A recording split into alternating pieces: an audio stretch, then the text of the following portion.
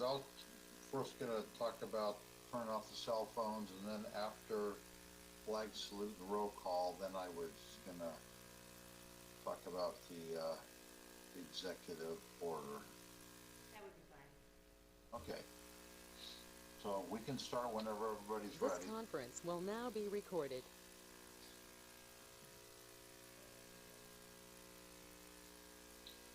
I call the City of Escalon Planning Commission meeting on September 15th, 2020 to order.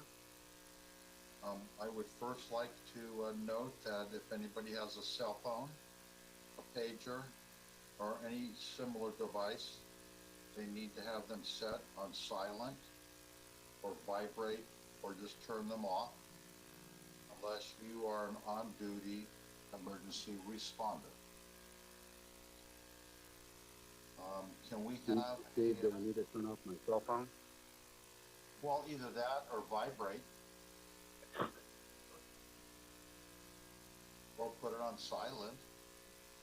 Or put it in the other room. Flag salute. I guess we all stand up and flag salute together? Or do we want to be on our knees? That'd be fine. No, stand please. All right. I pledge allegiance to the flag of the United States of America, and to the republic which stands one nation, under God, liberty and justice for all. I may say that listening to everybody say that, it's really confusing. No one's in sync. For future, we could just have you say the Pledge of Allegiance. That in the council meetings, the mayor will just say it. Okay, that's a good idea. Yeah, because everybody's sounding differently. May we have a roll call, please? Sure. Chair Castellanos? Here. Vice Chair Willis? Here. Commissioner Sarkozy? Here. Commissioner Stroman? Here. Commissioner Danziger? Here. I'd like to announce to those that are listening or those that may watch this video at a later date that this meeting is being conducted by a teleconference pursuant to the Ralph M. Brown Act waiver provided for under the guidance of Governor Newsom, executive order in response to the COVID-19 pandemic.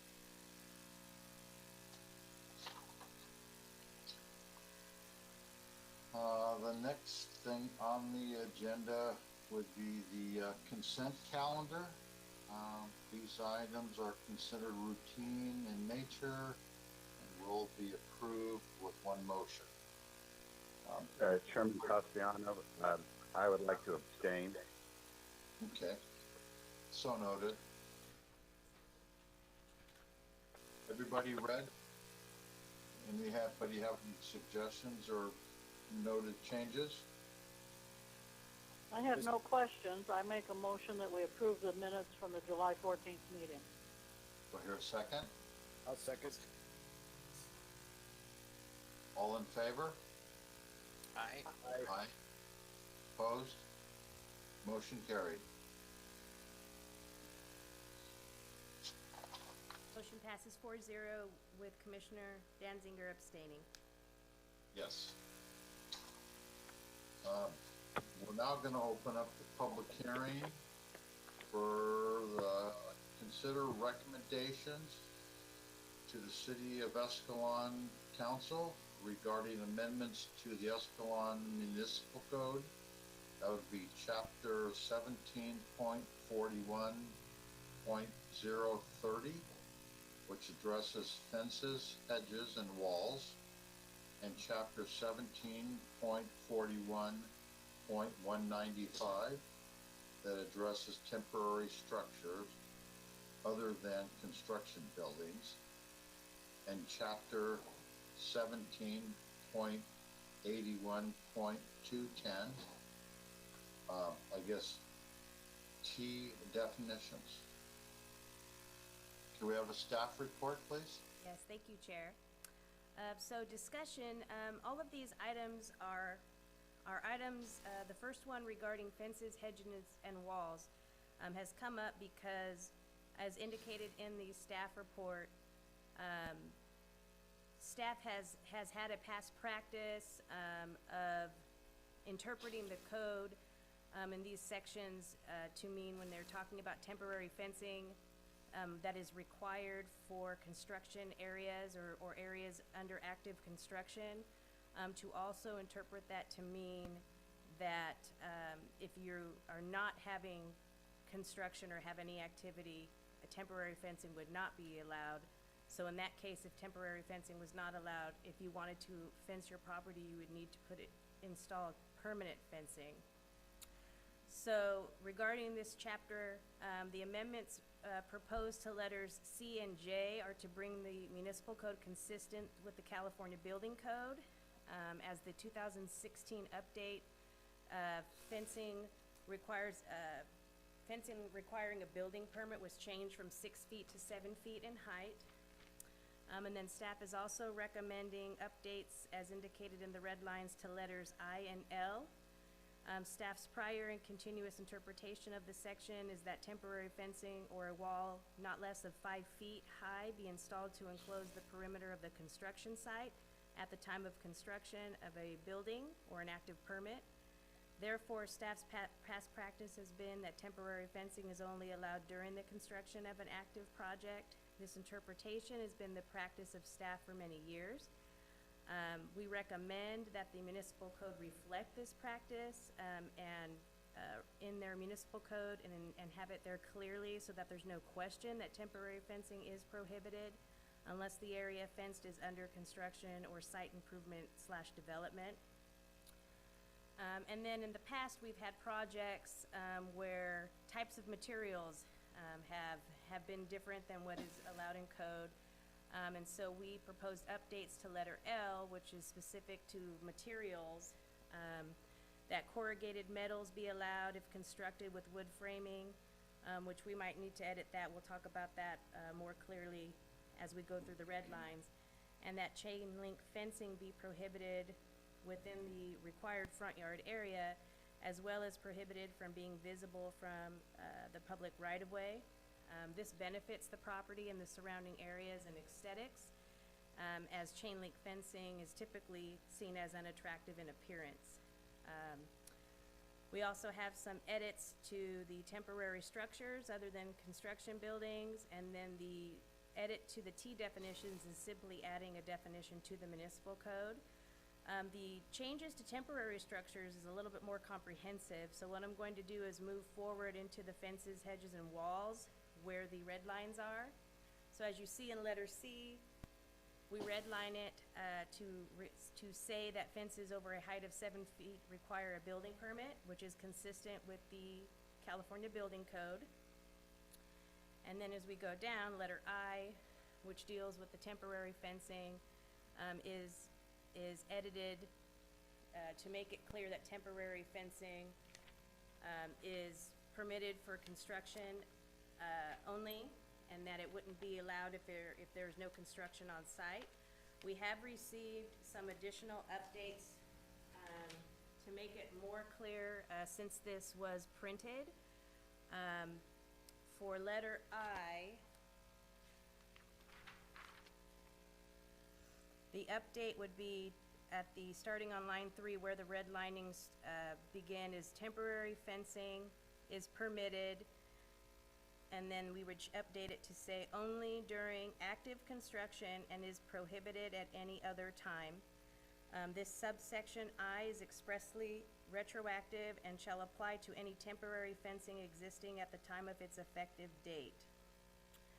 This was language recommended by our attorney to make it absolutely clear that temporary fencing is only allowed during a construction activity.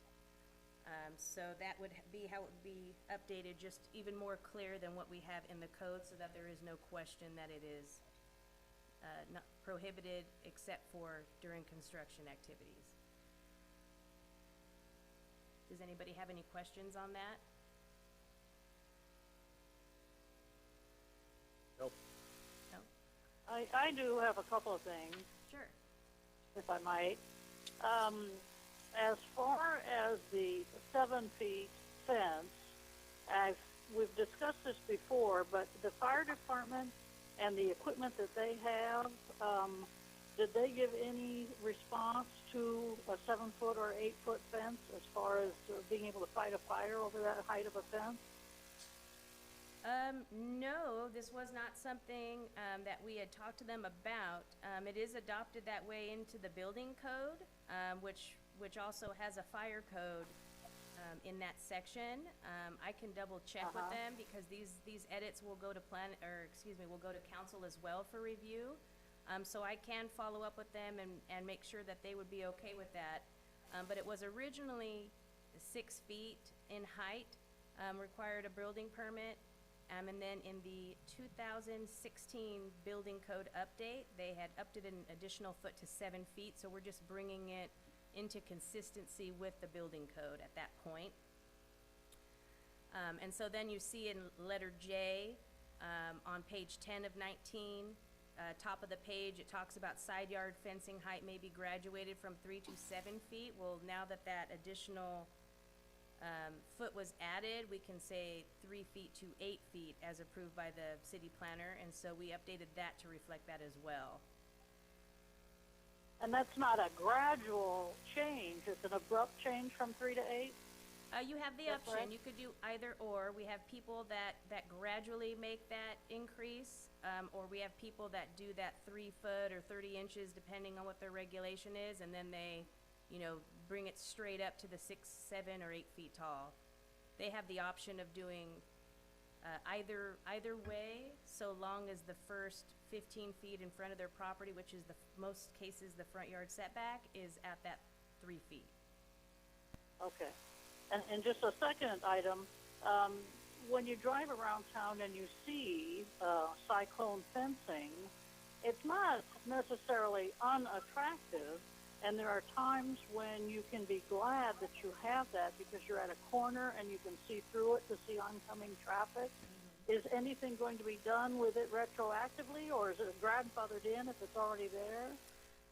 We don't have any process for grandfathering anything. So what the common practice has been is that if the code has been changed after that, when it comes to permanent fencing, if chain link fencing has been installed, that it would be considered existing. So then what happens with planning department is when that property owner or tenant applies to the city to develop the property or make any changes to the property, whether it be a change in use, or they do a remodel, or they, pull some type of permit, then we would advise them of the new code, and require them to either remove the cyclone fencing or replace it with a different type of fencing. And then if they were in disagreement with that, or it was something that they did not want to do, they would file for a variance and come to the planning commission for review. And for the Okay, most and part, just- we know that there's areas in town that have chain link fencing. We're not looking towards trying to make everybody tear it down, but typically you have a new homeowner that comes in. A lot of it is somebody buys a house, they wanna make improvements to it, and if they're gonna be doing landscaping or improvements, a lot of people do move forward with either putting in a nicer type of fencing, or removing fencing altogether. It just depends on whoever owns the property's preference. Okay, a couple of questions in L and M.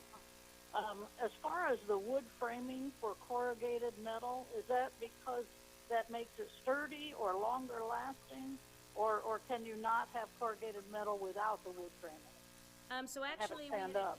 we had originally proposed with wood framing, but any type of framing would do. So we could go ahead and remove the word wood. It was more or less to make sure that if they created some type of fencing or wall using corrugated metal, that it would basically have more of a better looking look, I guess you could say, or just Finish. overall Yeah. have a better finish, correct, where it's at least framed and it's not just a piece of corrugated metal being used as a fence. It has some type of Okay. look to it where it either looks more like a gate or done a little better. Okay. And That's that just to last help it sentence, you alluded aesthetically. to a change in that. How should that read now? So we would Use of just, chain on link? that section, corrugated metals unless constructed with framing. Okay, but the sentence after that, the red part, it's not quite right. For The letter, use of chain link. On L, yes, so for on letter, page- letter L, it'd be on bare metal wire, whether barbed, razor, or sentence. smooth shall be prohibited. The use of chain link fencing material is prohibited within the required front yard area and shall not be visible from the public right of way. I'll just insert B. Okay. Yes. And then what about M? It says from finished grade, and then it says then natural grade. What does it mean? That's original language from the municipal code, so fences or wall heights shall be measured from finished grade, then natural grade, so then you would wanna go by finished grade first. And then Oh, I okay. guess if the finished grade, I mean, either or is fine. I mean, typically, we just tell people from the ground up, and that's usually what we mean. This is kind of a little bit more graduated from that, but usually if they're from the ground up, it should be accurate enough. Okay, Chair, that's all I have on this particular issue. Can I make a comment? Sure. I think it would be a lot more congenial here, or put things in order if we go section by section and have comments per each section. Because I had a few things to say while Barbara was speaking there, and I don't want to go past what she was saying. So Okay, no that would be problem. my comment. Does anybody have any, or questions on A, B, or C? Oh, I had a comment on C. Uh-huh. Wondering how that applies to the fences where people put lattice work above a 6-foot fence and, add a 2 foot on top of that. It takes it above 8. Does that require anything? So any s- fence over 7 feet in height, which would include your lattice, would require a permit. So if they have typically what we see is people doing a standard 6-foot fence and then they do a foot of lattice on top of it. They could go up to a total height of 8 feet, but at over 7 feet requires the permit. I don't know, I'd almost consider the lattice is not part of the fence.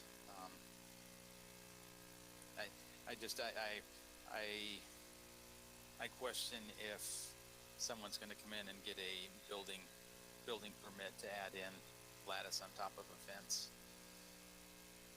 I mean, and obviously, we're not gonna catch everybody. This is typically the information we give people when they call in and tell us they wanna replace out their fence or make updates to their fence. So, I mean, the requirement would be a building permit is required. It's emphasized on the height, so fences over the height of 7 feet. So if you have the lattice, it attributes to the height of the fence, and so that's why the building code requires a permit over 7 feet. The permits themselves, I wouldn't be able to tell you offhand how much it would be, but the main thing that the inspector would be looking at there is for the footings. Yeah, when we were looking at that one a couple meetings ago, across from El Portal, and they had some lattice on top of their They did, correct. fence. Didn't we not consider that part of the fence though? No, They- we did. Something like, Yeah, they decided. did we? Yeah, we did, because it was 8 feet, 1 inch. Okay.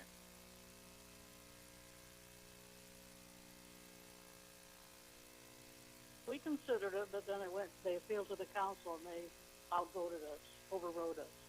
Oh, yeah. Well, they didn't appeal. The mayor appealed it.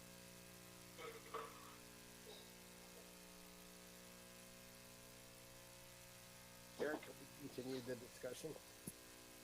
Yeah, I have something to say about A, B, and C.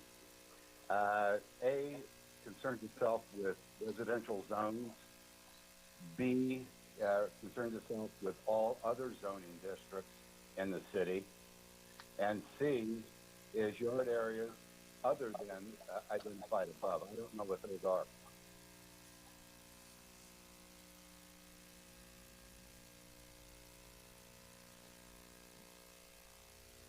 Looks like A and B have everything covered. And then there's C, and I'm not sure, maybe there's other yards I don't know about. Yes. Commissioner, So when it talks about required yard areas, and so in in letter A, it talks about front yards, side yards adjacent to street or alley, or that portion of a required rear yard, they give information on. And then in all other zoning districts, they talk about the required front yard, side yard adjacent, or required rear yard. And so I think letter C, basically would cover anywhere else that might not be mentioned. So then it appears to be more general, where it's just within required yard areas other than identified above shall not exceed a maximum height of 8 feet. So at staff interpretation, it's just that those areas have specific height regulations. Like if you go into R1, there's some their setbacks are different than R2 and R3 and C1 and C2. And so the fencing sizes could possibly be different depending on what your setbacks are for your zoning. And so letter C is basically just summarizing it generally, that if it's not in areas identified above, it shouldn't exceed a height of 8 feet. But it's only discussing yard areas other than identified above. So if I'm reading this as a homeowner, I could put up a 10-foot fence in residential or all other zoning districts because it's not prohibited. It's not prohibited in the backyard, but it identifies the front yard, the side yard, whether it's adjacent to the street or alley. So if your backyard, A is residential, but it doesn't cover your backyard if it's not adjacent to anything, and then that's when C would fall in. Well, I guess my point would be that the language in C ought to be included in A and B as far as the walls, fences, and hedges shall not exceed a maximum height of 8 feet. But A has, the side yard shouldn't be a maximum height of 3 feet. That's on a corner lot. On A. Yeah, on A, the last sentence, it talks about adjacent to a side yard shall not exceed a maximum height of 3 feet. Tammy, can I make a suggestion? Sure. Why don't you just strike the other than identified above? Well, because the above is different.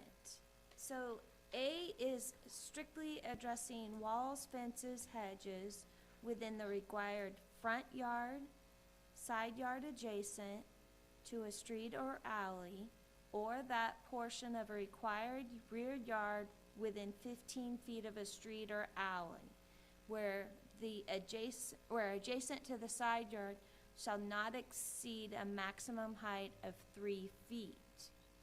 So that is strictly that area of a property.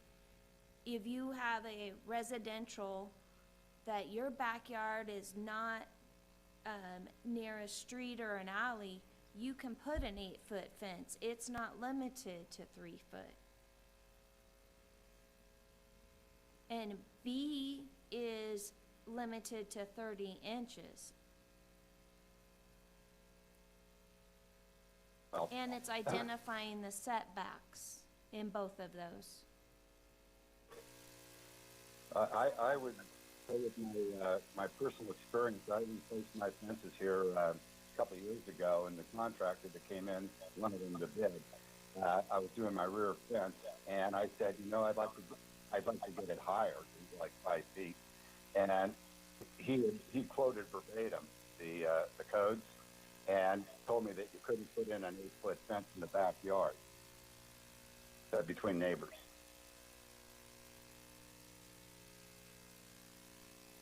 He quoted our code?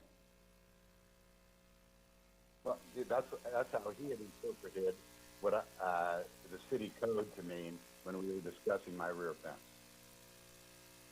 I don't see where it says that in this section. No, I know. It doesn't say anything. So my question is, or my concern would be that somebody could interpret this as saying, I could put up a 9-foot fence. I just go get a permit. There was no limitation. No, it says So I would maximum think height of 8 feet. in all other areas. Kurt, That's because A and B are saying maximum heights of a 3 foot or 30 inches. For those types of, for those fences, hedges, or walls located in those required front yard, side yard adjacent to a street or alley, or required rear yard within 15 feet of an alley where it's adjacent to a side yard. And then in B, like Tammy was mentioning, it limits it to 30 inches in height for fences, hedges, and walls within a front yard, side yard adjacent, same areas, just one's for residential, one's for zoning.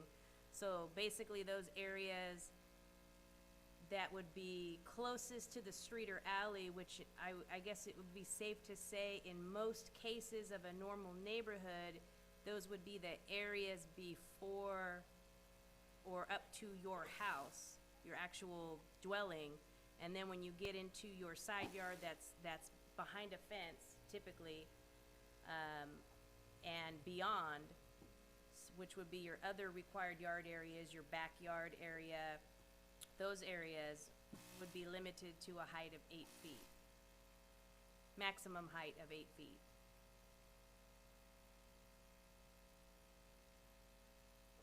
I'm pointing that out because I believe that most of that's concerning side yards and alleyways and streets, not most residentials that are connected that have rear neighbors and side neighbors.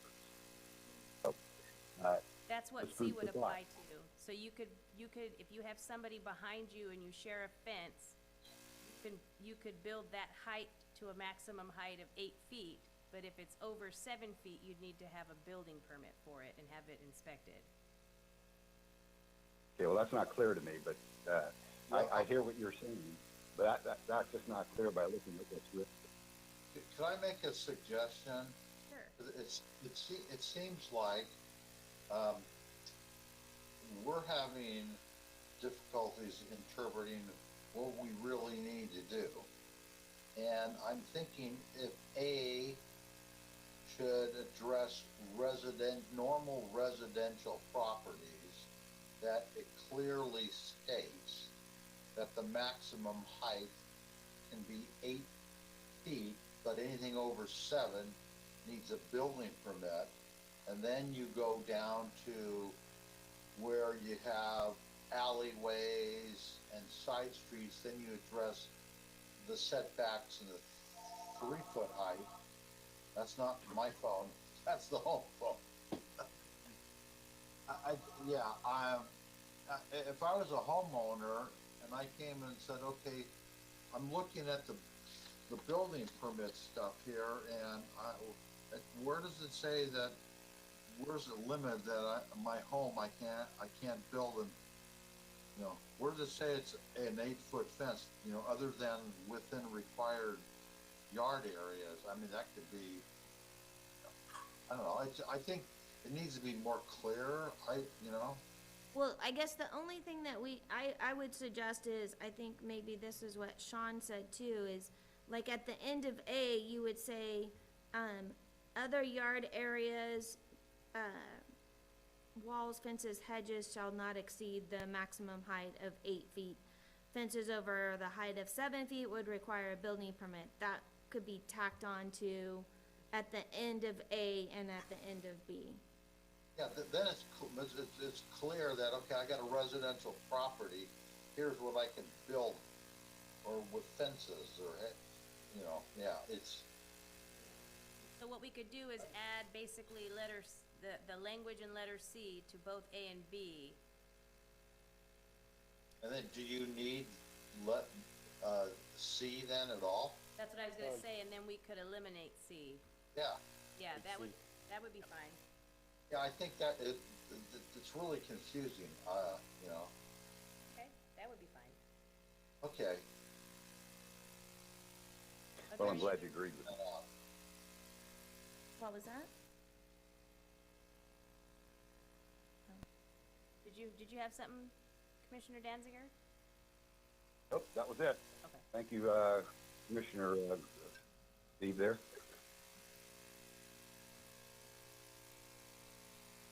Okay, so then we're going back down to I, which talks about the temporary fencing. And as I indicated, that last sentence would be updated to read that temporary fencing is permitted only during active construction and is prohibited at any other time. This subsection I is expressly retroactive and shall apply to any temporary fencing existing at the time of its effective date.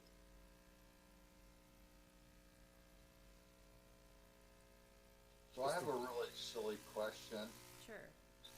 Can you tell me what the definition of a temporary fence is? Because I don't know what a temporary fence is. So a not permanent. temporary fence would be a I fence. know, but I can have a jerry rig fence and I can say, hey, that's permanent. It's not temporary. So a temporary fencing doesn't have posts. It's not posted or In the whatever ground. into the ground. So we want to ensure, although the city does not require fencing at all, fencing is not a requirement of the city. You can live on a property and not have it fenced, but if you do fence it, we have these rules if it is fenced. But temporary fencing would be like the portable fencing that you can rent from, Rain for Rent? They have the Cyclone Fencing, or the fencing that you could basically buy in pieces and enclose a property with. There's sections. Yeah, they're Okay, so broken up into basically- sections and kind of tied together or bolted together. Temporary fencing would be something basically that is temporary. So if temporary fencing is fine if you're doing construction activity because it's temporary in the aspect that you have a building permit, like with Lear Village, he has temporary fencing around his property because it's an active construction site, and we require him to have the fencing around it so that when nobody's there, it's obvious that it's closed off to the public, that nobody's supposed to be in there, keeps it, private or inaccessible. But other than during construction site, other temporary fencing should not be utilized. If you want to fence in your property, you need to install a permanent fence, which would mean posts in the ground. So basically, it's gotta be attached to the ground. It's gotta be in the ground, posts into the ground, secured. Chair, Like cyclone fencing around El Portal is permanent, it's not temporary. Right. Correct, Because it's in concrete, yeah. correct. Okay, Mr. Chair, yes. think of temporary fence does not have a footing. Permanent fence has a footing. Also correct. Maybe we add a definition in the definition section that clarifies the difference between temporary and permanent. Thank you, Diana. You took the words right out of my mouth. Also, Mr. Chair, can I make a suggestion about letter I? Go ahead.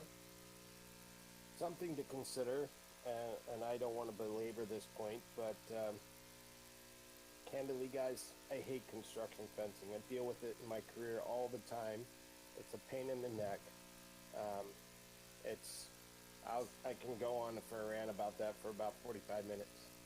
But that being said, I also know of an opportunity where we could possibly help beautify our community, and that is to consider putting up screening on sides of temporary construction fence that face the street, so that if you're driving down the street, you don't have to look over and see some junky looking construction site with things all around it, and instead you have a screen material that actually prohibits people looking in, and it actually serves a passive function as well, because if from a construction standpoint, if you have a screen on the street sides of your temporary construction fencing, there's more likely to have vandalism and people trying to jump over and steal things, or looking into the construction site. So I would just like to possibly suggest to my fellow commissioners to possibly adding some verbiage that for temporary construction fencing facing a street side, to possibly add temporary screening material so that the construction zone is invisible from the street. That's all, Chair. No, I think that's a good point. Yeah. Mr. Chair, I got a couple comments. I certainly agree with Sean about the mesh on the fence. I think that's a easy solution, and I think most contractors are probably some of them do it already. So I would agree with that. But I do think we need to have a exception in here, I suppose, for housing development. I can't imagine over in Countrywood here that the builder would need to put fences up to for the lots they've been building houses on. So some sort of exception for houses. That's what he's Yeah. saying. Well, is going to be a requirement that if you have a construction site, you have to put temporary fencing up? It's already a requirement in our municipal code that if you have an active construction site, it has to be fenced. I would agree with Commissioner Sarkozy that you don't want to force a home builder to have a construction fence surrounding 20 lots. I mean, yeah. That's a logistic nightmare. Yeah, it'd be a nightmare to have a construction fence around every single lot. All right, We could modify it to say, at the time of construction of a commercial or industrial building or site improvement, and then that would exclude all residential. Or multifamily. I mean, because if you're doing multifamily construction, you typically have a big site with, multiple buildings going up, but you don't want to have a construction fence around a single family dwelling at every single lot. That would just drive the contractors crazy. So, but my concern would be, like, you talk about multifamily. I guess he has commercial. I was thinking of Lear's lot. Like, that would be something that's considered multifamily, and you definitely want that fenced. Right, that's why I'm saying make sure you add multifamily into the requirements, commercial, industrial, or multi. I thought you were saying exempt it, sorry. No.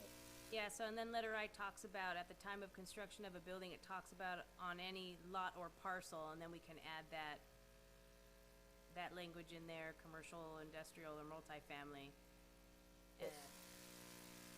And that would exempt out single family, yeah. Might want to add institutional as well, because if the school district does a project, then they need to be. Yeah, but we don't have any say. Yeah, we have no discretion over schools. Yeah, they do what they want. But at the same time, if they put their temporary construction fence on the city's right of way, the city has a right to say, hey, you need to put a fence up here. So, Add that in there as well. sorry, Commissioner Sarkozy, I didn't mean to jump on what you were saying. No, it's all good. Sorry for the dog barking in the background from time to time. I try to mute it when I can. Any other comments on letter I? Yeah, I waited. I think that was a really good discussion from Commissioner Stroman and Sarkozy. I agree with Diana. I think that we need to put a definition in there for temporary fencing that includes, as was stated, footing as opposed to a permanent fence. And I think that clarifies things up. And so that was my comment. Yeah. Yeah, we'll go ahead and add that in there, and it will be, simple definition, just like you stated, posts in the ground for security, or properly secured. Footing, that's the key word. Footing, correct. Okay. So then for letter J, we just updated that to the 8 feet because 8 feet in total height, what can be approved. It used to be 7, now it's 8, so we updated that. And then no edits to letter K, and so letter L had the following red lines in it. We're going to remove wood framing and just say framing, so all walls and fences shall be constructed of appropriate and durable materials such as wood, wrought iron, tubular steel, concrete, brick, stone, or similar material. Materials of poor quality or unattractive appearance such as unfinished plywood, fiberglass, corrugated metals, and then in parentheses we add, unless constructed with framing, and bare metal wire, whether barbed, razor, or smooth, shall be prohibited. The use of chain link fencing material is prohibited within the required front yard area and shall not be visible from the public right-of-way. Any questions on that information or that? So, Dominique? Yes. What do we need to do to further discuss my suggestion about adding the temporary screen material? Or Oh, yeah, I went ahead and just added that in there, so what we'll do is go up to, we'll go back to item I about temporary fencing, and then just add, it needs to have some type of screening material, and be screened from the street sides, any sides facing the street. I just want to make sure that that's acceptable to our chair and vice chair, because we've heard from Commissioner Sarkozy and Commissioner Danziger, and obviously from me, but we didn't really hear any thoughts from the chair or the vice chair on that. That's the only reason I asked. I would say that's definitely acceptable, especially since it's supposed to be temporary. So, temporary during the construction of that property, correct? I just want to bring up in L, where it says materials of poor quality or unattractive appearance. Appearance is in the eye of the beholder. We've seen people do improvements to their yard and they think they're wonderful, and other people think they're not so wonderful. It's not a definitive thing to say attractive or unattractive. Do you think we need that in there? We don't. We can simply remove it, so we could just take out of poor quality or unattractive appearance. So we could say materials, such as unfinished plywood, etc., shall be prohibited. Well, the poor quality is not a problem. It's just the appearance that I... Just take out the Okay. unattractive. We'll just take out unattractive appearance then. Yeah. Well, I disagree. And I disagree with just an asterisk. I have seen a couple of new gates coming up that are corrugated metal. Some one has wood framing, another one does not. I think it's completely unattractive. It's in a newer neighborhood where I've seen this, it's junking it up. And quite frankly, I'm not for corrugated metals as roof, or excuse me, as gate or fencing materials there.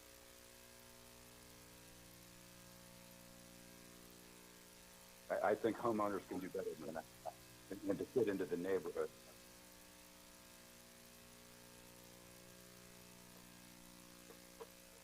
So maybe we tell them that corrugated metal. Well, Kurt, it says that corrugated metals are prohibited. So Unless they're Unless framed. that's not the way they want to do it now, though. They're saying that you could frame it or not frame it, and you can use it. This would update it to require it be framed. Right now, it says that it's prohibited in general, and so now we would allow corrugated metal if it's constructed with framing. That's like putting lipstick on a pig, in my view. I don't think that's attractive. Again, you can look on First Street and Riesling, second house on the north side of the corner, and take a look at your film. Let you make your own judgment. I guess, did that get approved by the city? I guess that would be Here's a to corrugated tell metal me. fence, or a corrugated metal, fence. The gate, or yeah. gate with the framing. Yeah, well, I'm just saying, I was addressing the wood. Yeah, and we were That gonna particular remove that wood and picture- just say with framing. Right. Yeah, this particular picture looks 10 times better than the one over there on First Street. And I wish you had a picture of that so you could compare the difference. Which, the recent project one? Oh no, that's not corrugated metal. What side of First Street are you talking about? As you're going down First Street, heading west, it would be on the north side, second house before Riesling and the traffic circle. I don't have that one. No, I know. Now, if it says prohibited, they can still apply to get a permit, right? And have it overridden or come to us? They only need to apply for a permit, for fencing or walls if it's over 7 feet. No, but if, she's asking if they're trying to do something that's, not permitted, the types of fencings, could they appeal? Oh, yes. Yes, they would still have that same process to appeal.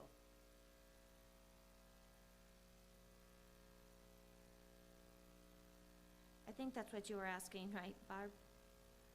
Yeah. I know, Kurt, you say that a lot of people seek variances, and you don't like that because you want the code to be adhered to, but if we put it's prohibited, that might deter some people, but then others would want to come in and give it a try, and we can decide at that time. Well, exactly right. And I would have my opinion about that, and you'd have 4 other opinions out there as well. But I think right now it's not permitted, but it's already there. So I don't know if these individuals got a permit or not. But they, as far as I know, they didn't go through a hearing process. The house on First Street? Yeah, so if that was turned into us as somebody was complaining about it, or they submitted it to the city as not meeting the municipal code, we would follow up on that complaint. And so we would reach out to the property owner with a courtesy notice and advise that the fencing is not made out of proper materials. And then depending on whether or not they just move forward with updating it or inquire on how to go about trying to keep the existing fence, then we would give them the information, whether they wanted to appeal or change it. problem is that people can cite other places here in town where other people did use those materials. And I also wonder what is trending. Have we trended to this? And then what would we trend into after this? I personally feel like the corrugated metal framed is trending right now. We've noticed it more, which is one of the reasons why this was being added. But I don't know where we'll go next. Yeah. Well, if they got metal posts, metal frames, and a corrugated metal, you know, for the rest of the fence, we'll all be dead before that fence has to be replaced.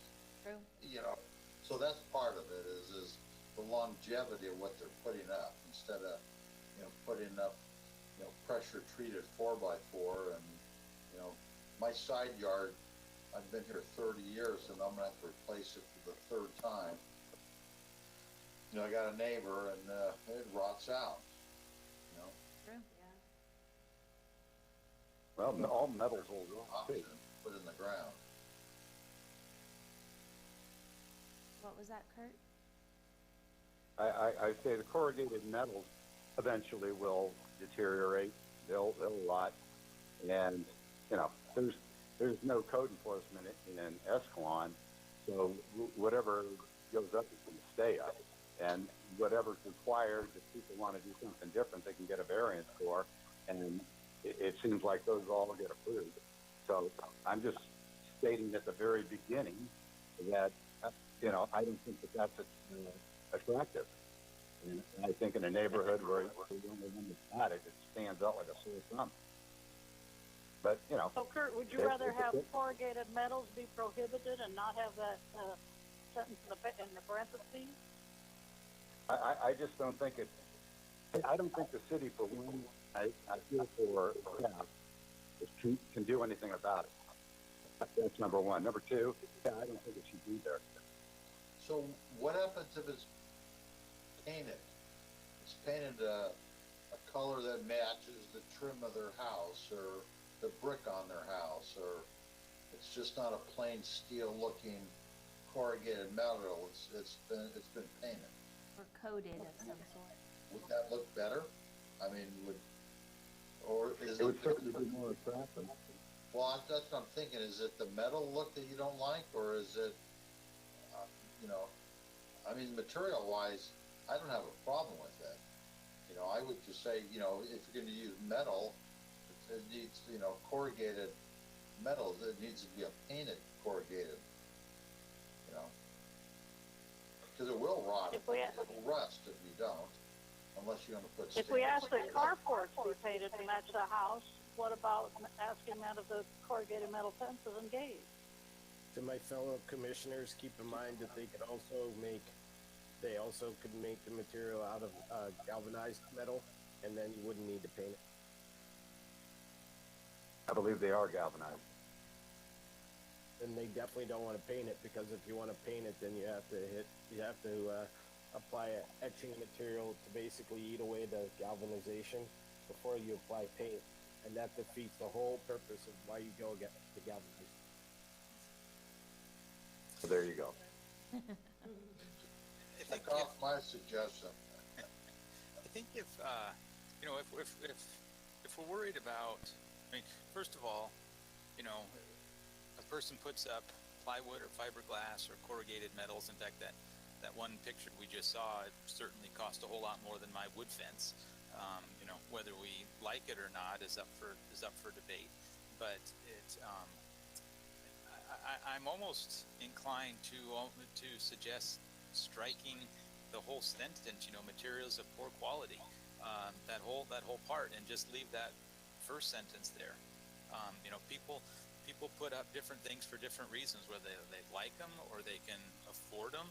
And if we're, you know, if we're not going to enforce it, and then if there is a complaint, and if it's just going to be approved anyway, you know, why? Maybe that first sentence is enough, and not have the clarifier in that second sentence. I would agree wholeheartedly with Commissioner Sarkozy. If there are people that don't like a gate or a fence or a wall or a whatever, then they can clearly follow the code enforcement process through the city, and that's the fallback position. So if you don't like something, that's why we have city government to follow up on that stuff. And if it's unsightly, then obviously they could bring it to us, or go to city hall, city council, or I mean, there's definite ways, but I think we're getting too much in the weeds when it comes to construction materials that aren't permitted, and then it just becomes a battle back and forth of what's permitted, what's not permitted, and I mean, who knows? Right now, the hot trend is corrugated metals. Maybe 10 years from now, they'll heavy-duty steel framing or steel structural steel will be, and we don't know. Okay, How so about are we if all we in add- agreement that whole sentence starting with materials? Well, Will be can I make proposed a to be removed? suggestion? What about including besides poor quality or unfinished materials? Then it's, Is prohibited within the required front yard. poor quality or some unfinished materials.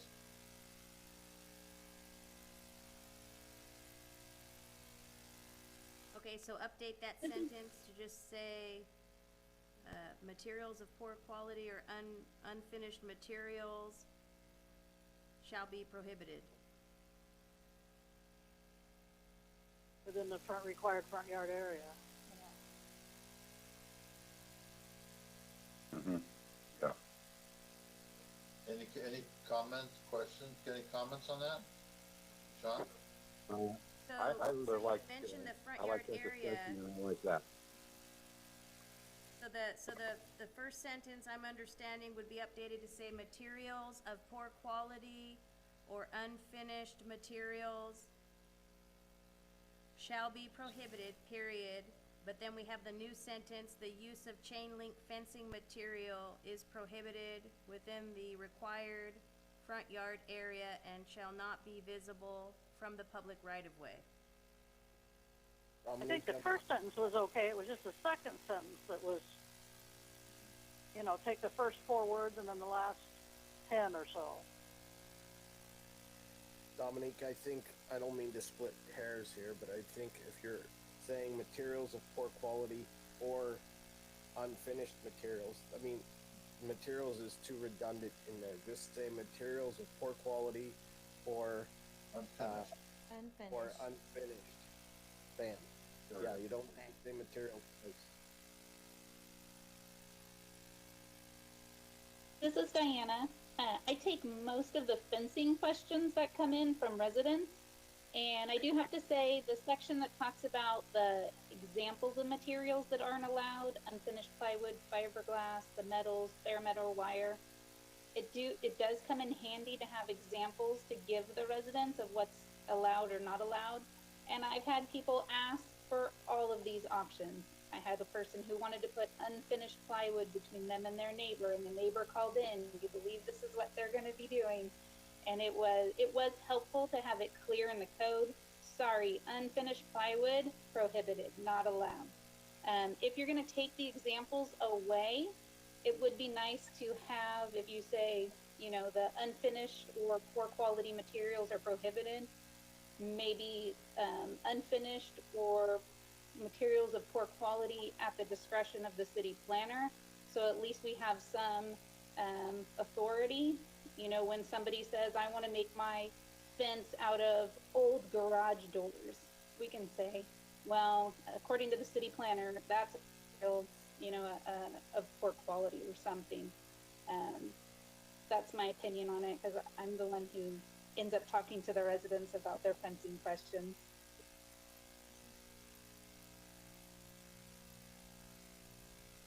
Diana, I must say that is a great suggestion. So I think we should allow the city planner to have that discretion. Because the last thing we want is to have janky plywood all over the city of Escalon. And we could I agree. create this list that's not in here. You know, we could have a standard that we're following without having to go to Dominique or every time and say, is this, I mean, obviously Diana knows mostly of what's not allowed. And we would still follow some of the basic guidelines that are here and mentioned.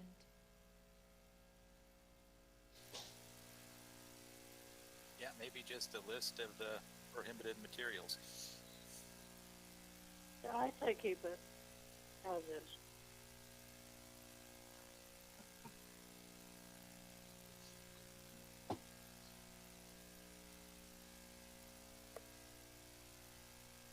As staff, I would prefer it be kept as is because it takes the liability, I guess, off of Dominique, that every time somebody wants to come in with an unusual fencing material besides your standard wood. What do you think, Dominique? Is this okay, Dominique? It puts a lot of opinion on her whether this is an acceptable material or not. So it is really nice to have the examples in there because most types of fencing follows what the examples are already, so it's easy to compare. So really, But we do. the only It one would be that's nice on to there have is the planning corrugated commission metal. opinion. It would be nice to have planning commission's consensus on the corrugated metal because, like Tammy said, we are seeing that more and more. So if it's something that planning commission doesn't want to allow, we should know now so that we can, you know, as we see people putting fences up or we get complaints for neighbors, we can address it as it comes up. Well, can I ask the commissioners how they feel about the corrugated metal? Sean? You have a problem with it? I don't mind it at all. I mean, I think it almost looks very institutional. I really wouldn't recommend it in a residential area, but I can understand why they're doing it because almost for the same reasons that I mentioned, the netting. They don't want people looking in at all their toys in their backyard or climbing over the fence. I mean, it's real easy to climb over a wood fence, but it's real hard to climb over a corrugated metal fence. So I understand what the complaint is, but I also understand why they do it. So I'm perfectly fine with leaving it alone. Mark? Yeah, I'm fine with having it in there. Barbara? I say leave it as is. In letter K, it says something about as determined by the planning commission. What if we have a sentence about, you know, as approved or determined by the city staff in L? Diana, what do you think? What change did you want to make to L, Commissioner Willis? Well, just at the very end, something about staff determining whether proposals are appropriate or not, or can be used. Or is it just assumed for all of the code? So basically, as it would be now, if they weren't proposing the materials that are considered appropriate and durable, or regarding the materials of poor quality, and it was something else, then we would probably revert to determined by the city planner. If it's something that's not. Yeah, maybe after the first sentence, you could say stone or similar material as determined by city staff, and then go into what is prohibited. Or as approved Right, by and city in that staff. right, and in that situation, so we would look at section L, see the material they're proposing, where does it most closely fit in? Is it fit in more with an appropriate material or an inappropriate material? If it's inappropriate, we would not allow it, and then if the person disagrees, they would be able to appeal city staff's opinion, Exactly. city staff's decision to the planning commission. Yes, yes. That sounds good. But those appeals do You- cost them too.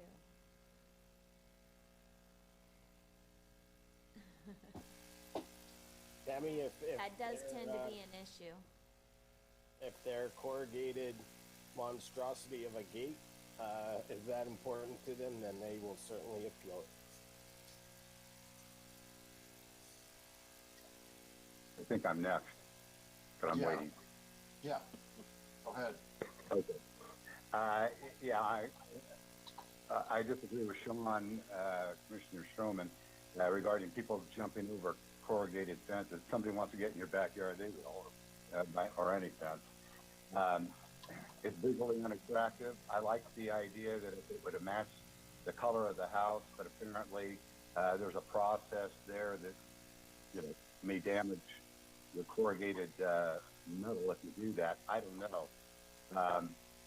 But if you couldn't be able to match it to the house there and you're standing out there with a reflector in your front yard, a steel, I'm not for it.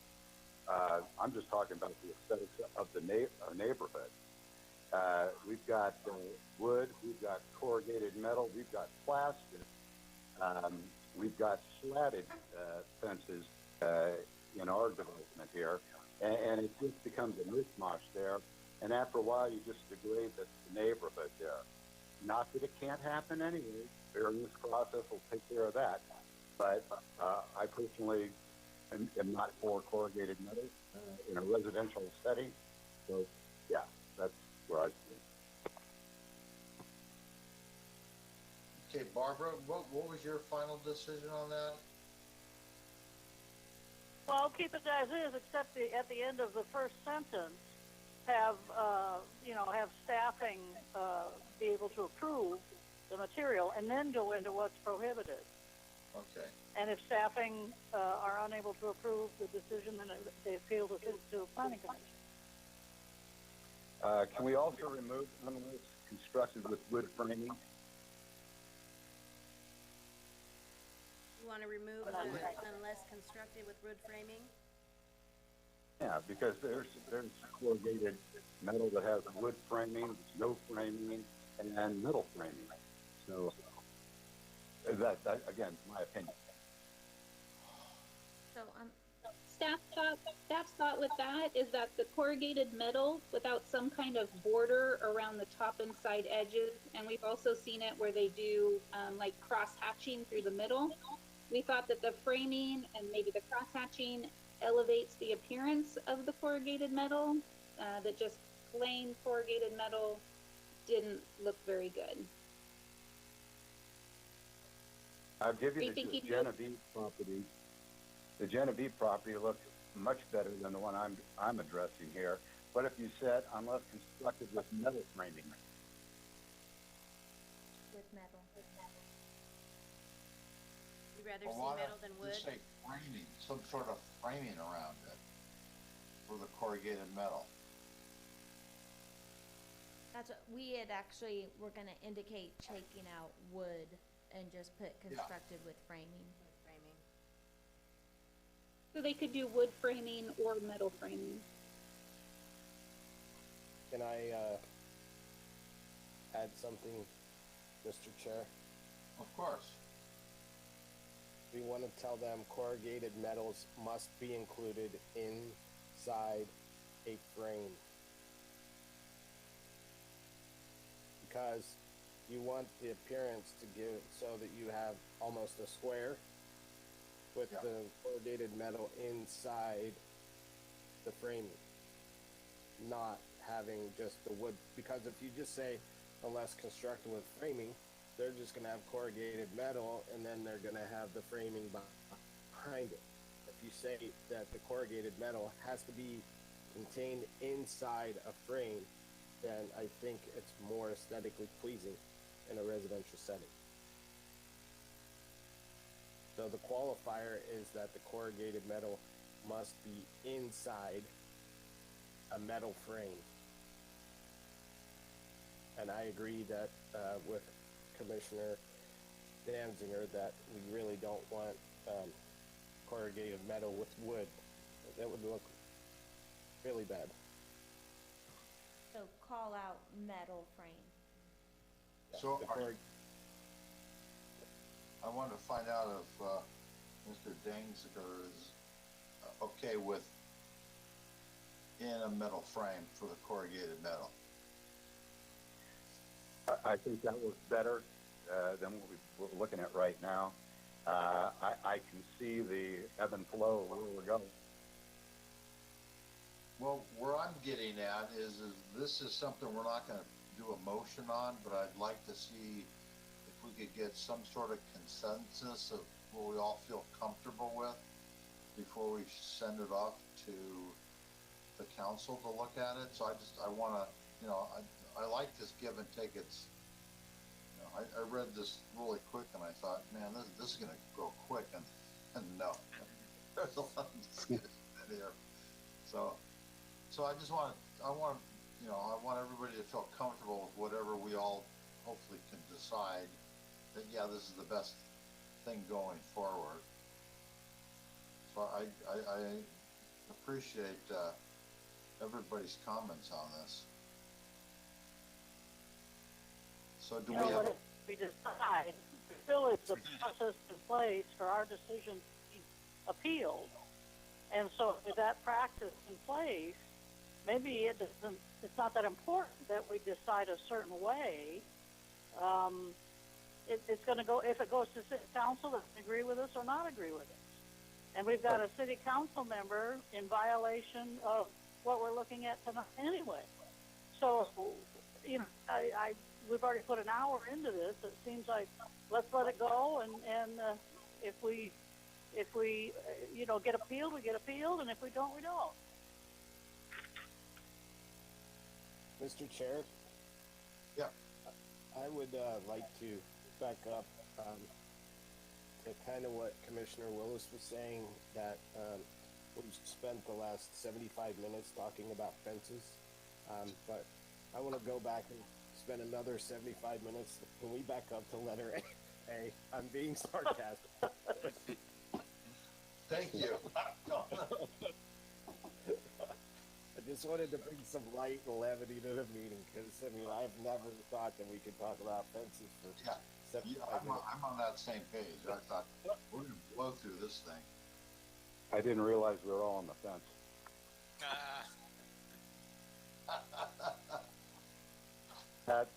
Can we read L, please, and finish it off? So it would be, all walls and fences shall be constructed of appropriate and durable materials, such as wood, wrought iron, tubular steel, concrete, brick, stone, or similar material, or as otherwise determined by the city planner.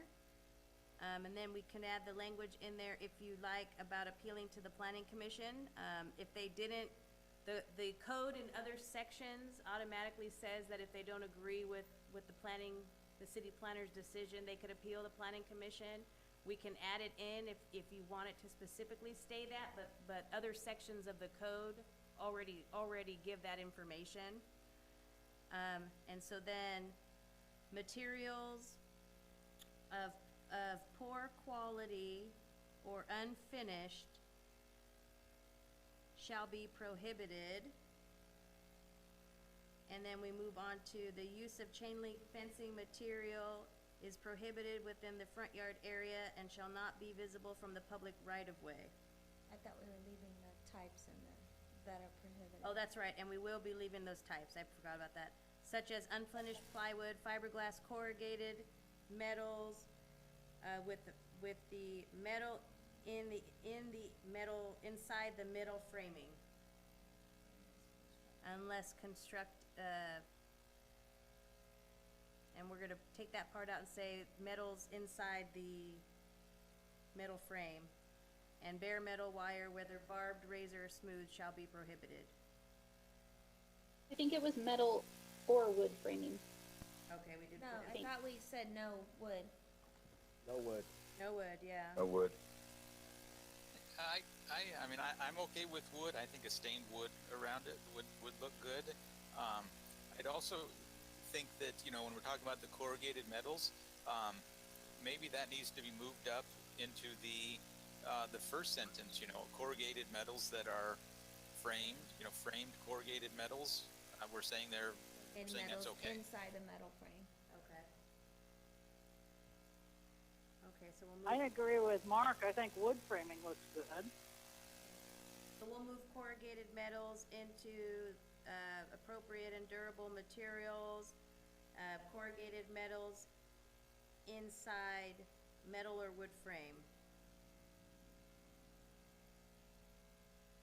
So my only comment to what you read, Dominique, was I know that the other parts of the code talk specifically about appealing to the planning commission, but I think it's important to include it here because if the planner, i.e. Diana, ever gets into an argument with a homeowner, she could say, look, it's right here. If you don't agree with what I'm saying, you can certainly appeal to the planning commission. And it just gives Diana weight when she's in the middle of an argument. Sure. Okay, we will add that, and if not, whatever, we can appeal to the planning commission. I would agree with that. I would not agree with the wood framing. And I would ask my fellow commissioners to take a look at it before you say that. Right now it's a hypothetical in front of you, but until you see it, you really don't have an appreciation.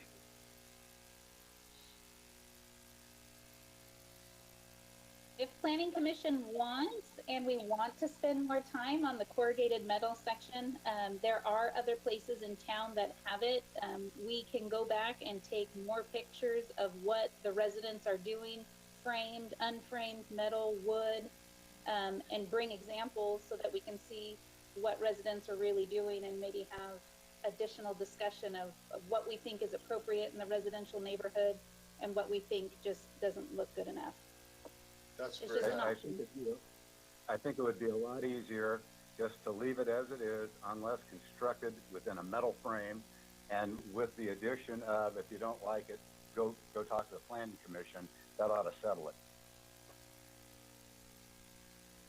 That way, if they want to do wood, you know, bring it up.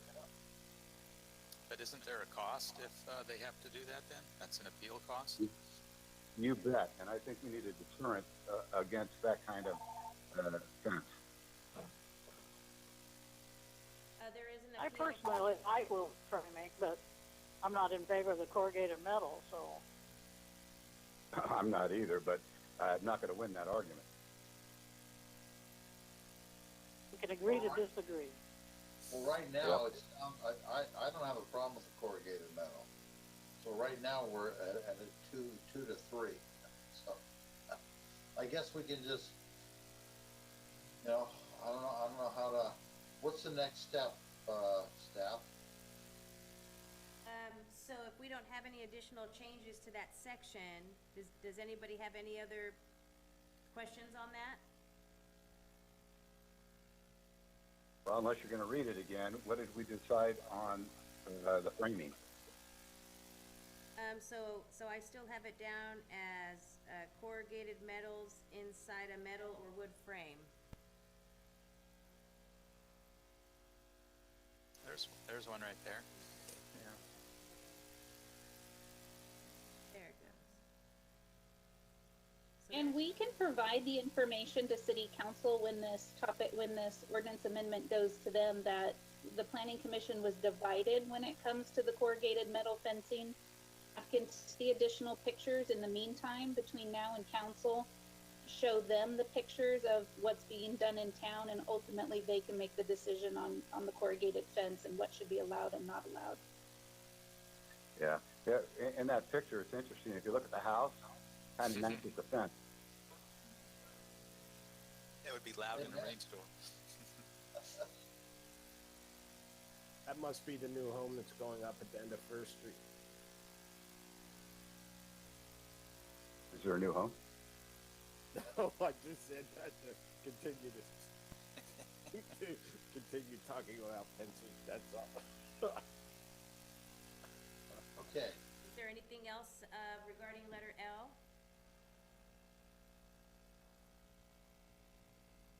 yeah, and we move on. I just had one more item to point out in that section. After this was printed, Diana and I had talked about, how when we talk to people about fencing, and we tell them, you know, that the use of chain link fencing is prohibited in the front yard area, and now we'll update that additional to say not visible from the public right-of-way.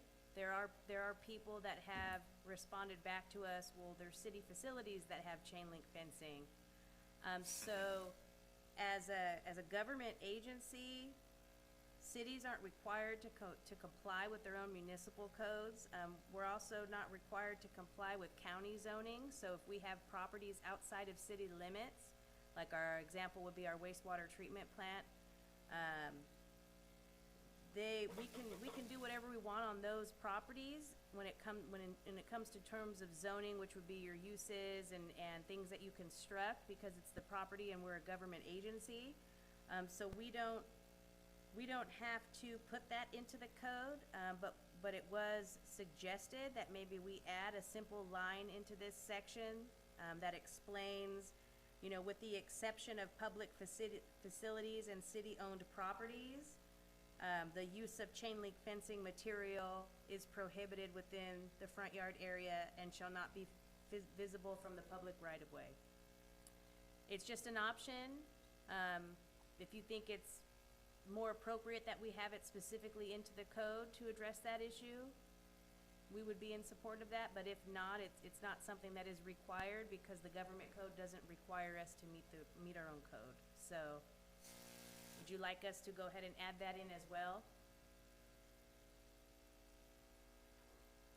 I just defer to staff. Yeah, I think if it makes if this is a question that comes up a lot and it makes your job easier to have it in here, then I'm all for it. Yeah, I would leave that up to your discretion. We'll add that in. So did you want me to go through and and review these, or are you pretty confident we know what changes to make? Diana and I will work together on making sure that it says exactly what the planning commission is wanting. You know, words here and there may change just to make sure it's is understood well. And then that will be what would be going to city council. I have the utmost confidence in you, Dominique, and you, Diana, to get the words right. I second it. Okay, Yeah. great. So then I would just need a motion. Make a motion to, accept the, revisions as, staff, can recall to the best of their ability. Let them decide without rereading it. Anybody want in I'll make favor? that Specifically to 17.41.030. Okay, Yes, Second. yeah, specifically to the section regarding fences, hedges, and walls. so Mr. that, Chair. Separate motions, that's fine. that would be, L, correct? No, it'd just be chapter Oh, 17, the whole thing. 41030, fences, hedges, and walls. Okay, so it'd be, section 17.41.030? Correct. Okay, Mr. Chair, I would like to make a motion that we adopt the changes in section 17.41.030 fences, hedges, and walls as presented and discussed by the planning commissioner. Edits to follow per what the planning commission presented and discussed tonight. That's my motion. so here's a I'll second. second it. And I'll second it. just in All in case, favor? go ahead and do that. I'm not sure if anybody's on the line. If you could open the public hearing and just make sure that nobody has public comment. Okay, I'll open up the public hearing, on any, comments from the public on what was discussed. I don't You see may any address the callers planning on. commission, or do I have to read all that? No, no, you're fine. Okay. I don't see any other callers on the line. Okay.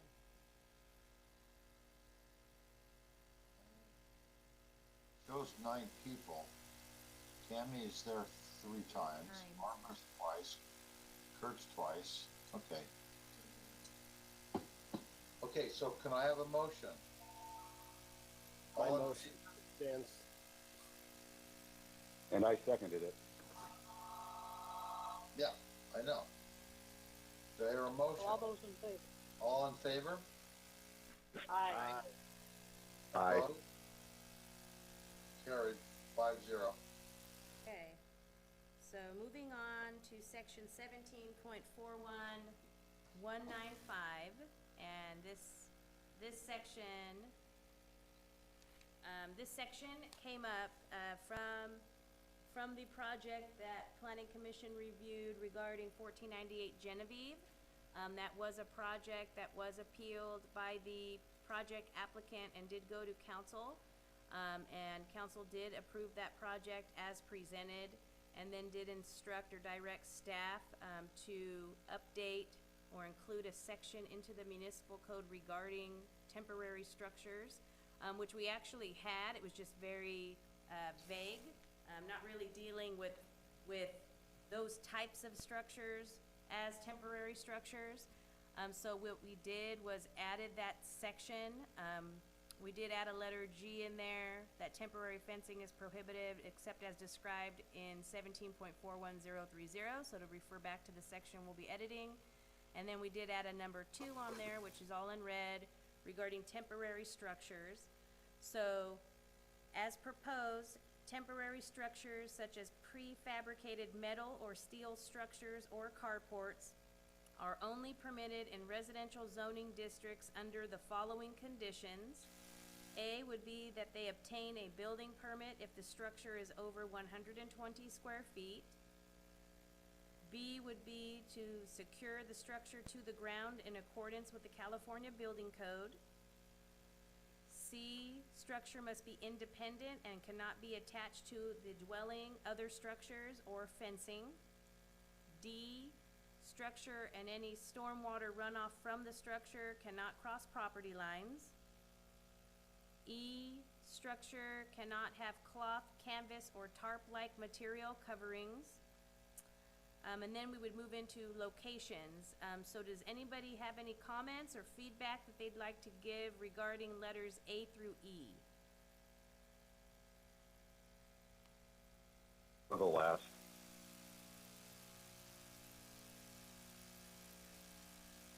I'll go first. Under A3, under B2, you have, do not have rear setbacks under rear yard, and do not have side yard setback requirements. I'm not quite sure what that means. Can you Okay, explain? we haven't gotten into that section yet. I was just trying to kind of break it up, so I wasn't going over the whole thing. So does that mean nobody has anything to ask about letters A through E? Oh, sorry. Oh, that's okay. So I have just a quick question. Sure. Under E, I noticed that there are several structures that have RVs underneath them, that the front portion of it is screened off with some sort of a cloth or canvas or a tarp. So under this, that would be prohibited, as opposed to having the front end of the trailer or fifth wheel or whatever exposed from the street. So we just discussed that type of material as a covering. So staff's interpretation would be no cloth, canvas, or tarp at all.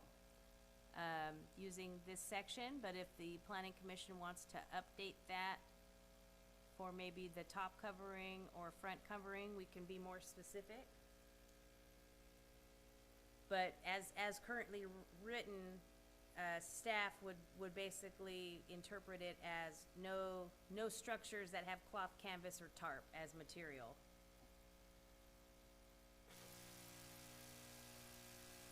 It seems like these fabrics would be easily damaged with sun and with rain and wear and tear. They'd look horrible in very short order. So I think top, side, front, and back.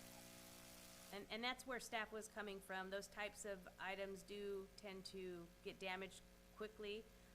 That's basically what applicants that want to move forward with metal carports basically are saying. They need something more a temporary structure, but more long-term in the aspect that it withholds weather and sunlight.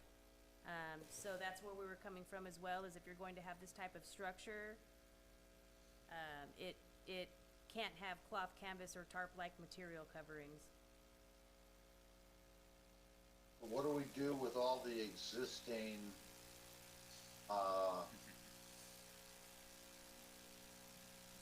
those tall carports that exist in our community right now that the owners of those RV things cover them? What's the city's option? Well, that was something I was going to bring up towards the end, but yes, Okay. We have that on our list of discussion. And so ideally, I mean, this is something that we could move into code, and you know, when anytime we make a different change or a more a change that's of more impact to people, we like to educate first. So we would advise on our Facebook page, include it in our newsletter, and with council, if council wants to put in a recommendation that we don't actually start enforcing until a certain time period, like January 2021. As you're aware, we are not actively looking for this type of stuff. It's currently, you know, health and safety issues when it comes to code enforcement, or if things are submitted to us. And so once it starts being advertised, you know, and it's coming up, I'm sure neighbors that maybe have neighbors that have those types of items are going to, you know, end up turning them into us. And we, for the most part, try to start off with courtesy notices. So we would send them a courtesy notice advising that our municipal code's been updated and these types of materials are no longer allowed on temporary structures. And then that letter can advise that they can propose, you know, prefabricated metal or steel structures under the following conditions, and we would be happy to send them a section of the code or email it to them, or post the link to it on our Facebook and add it to our website. We can have definitely a period of time where it would be, you know, educate, and provide people the opportunity to make those changes. Well, maybe I misread this, but in the example in the previous section where you showed that corrugated metal gate, behind it, it looked like it was a motorhome or something, that the front portion of it was covered. So in that scene, that one, is that going to be an acceptable material? No, it actually wouldn't, and that was not included in the application of the applicant as well. Yeah. So, but I would say they make those sunscreens like that, that are made to be in the sun. So. Yeah, I mean, I personally, I would much rather drive down the street and see something like that, as opposed to drive down the street and see a front end of a you know, after, you know, our ash storm that we've just had, a dirty old fifth wheel or a motorhome mean, just so my, that can definitely be updated, you know, to include sun, what is it, sun retardant? Sun protectant? Yeah, something. We can So- figure out the correct term for it and add that into the code, you know, except for the front covering. yeah, well, that's what I was I wasn't talking about tarping the whole thing, I'm thinking, you know, usually the front end's exposed so they can drive in their vehicle or fifth wheel or motorhome in and out of there. So that's what I was kind of alluding to, so. Okay. So Dominique, I think the clarifier on item 2E as in Edward should read structure cannot have cloth, canvas, or tarp-like material unless provided by structure manufacturer. Because you don't want somebody going out and getting a green tarp at Harbor Freight for $10 and putting it on the front of their structure. I think that's what Castellanos is trying to avoid. So just make Yeah. sure it's written so that it has to come from the structure manufacturer. Okay. Will do. And it sounded like the front covering only, not the top and sides. Yeah, that's all I was really addressing was the front covering.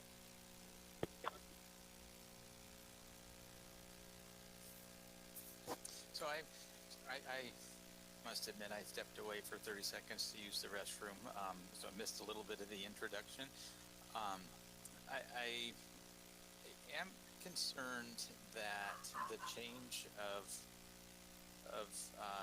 these codes, you know, are then forcing people that, you know, may have put something up, you know, without any, you know, just doing it on their own, and then would be required to come up to speed, or possibly people that, you know, maybe did do it right, but maybe have to make a minor change.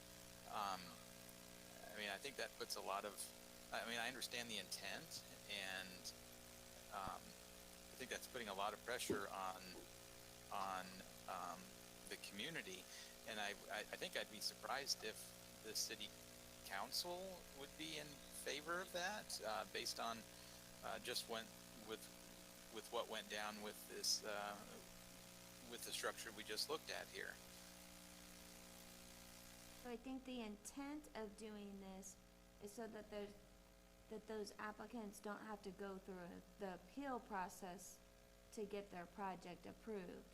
So the intent of this is to allow certain structures of those types. If those structures are up currently, they're still in violation of code. So we're not changing anything that's current that's not already in violation. Okay.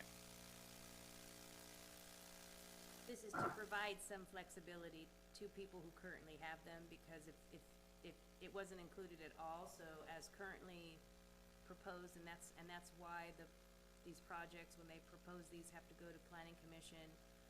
And then typically you run into people, I really haven't seen anybody who has a metal carport structure that doesn't want it to take up the whole side yard area, and so they always want reduced setbacks, which forces them to come to planning commission for a variance.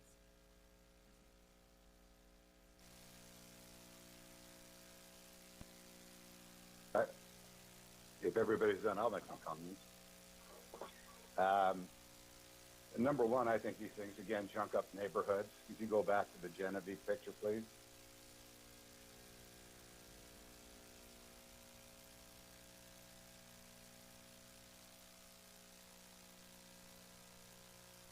Okay, this is the corner lot. It's got a big side yard behind the house, and you don't really get the context other than what you just see in front of you. It's two-dimensional. If you drive down Tracy and you turn left on Genevieve and drive around that block, that thing sticks out like a sore thumb. And I've always been against it. I've been an RV owner since 2007. I've had 4. I don't park them at my house because I think it would junk up the neighborhood.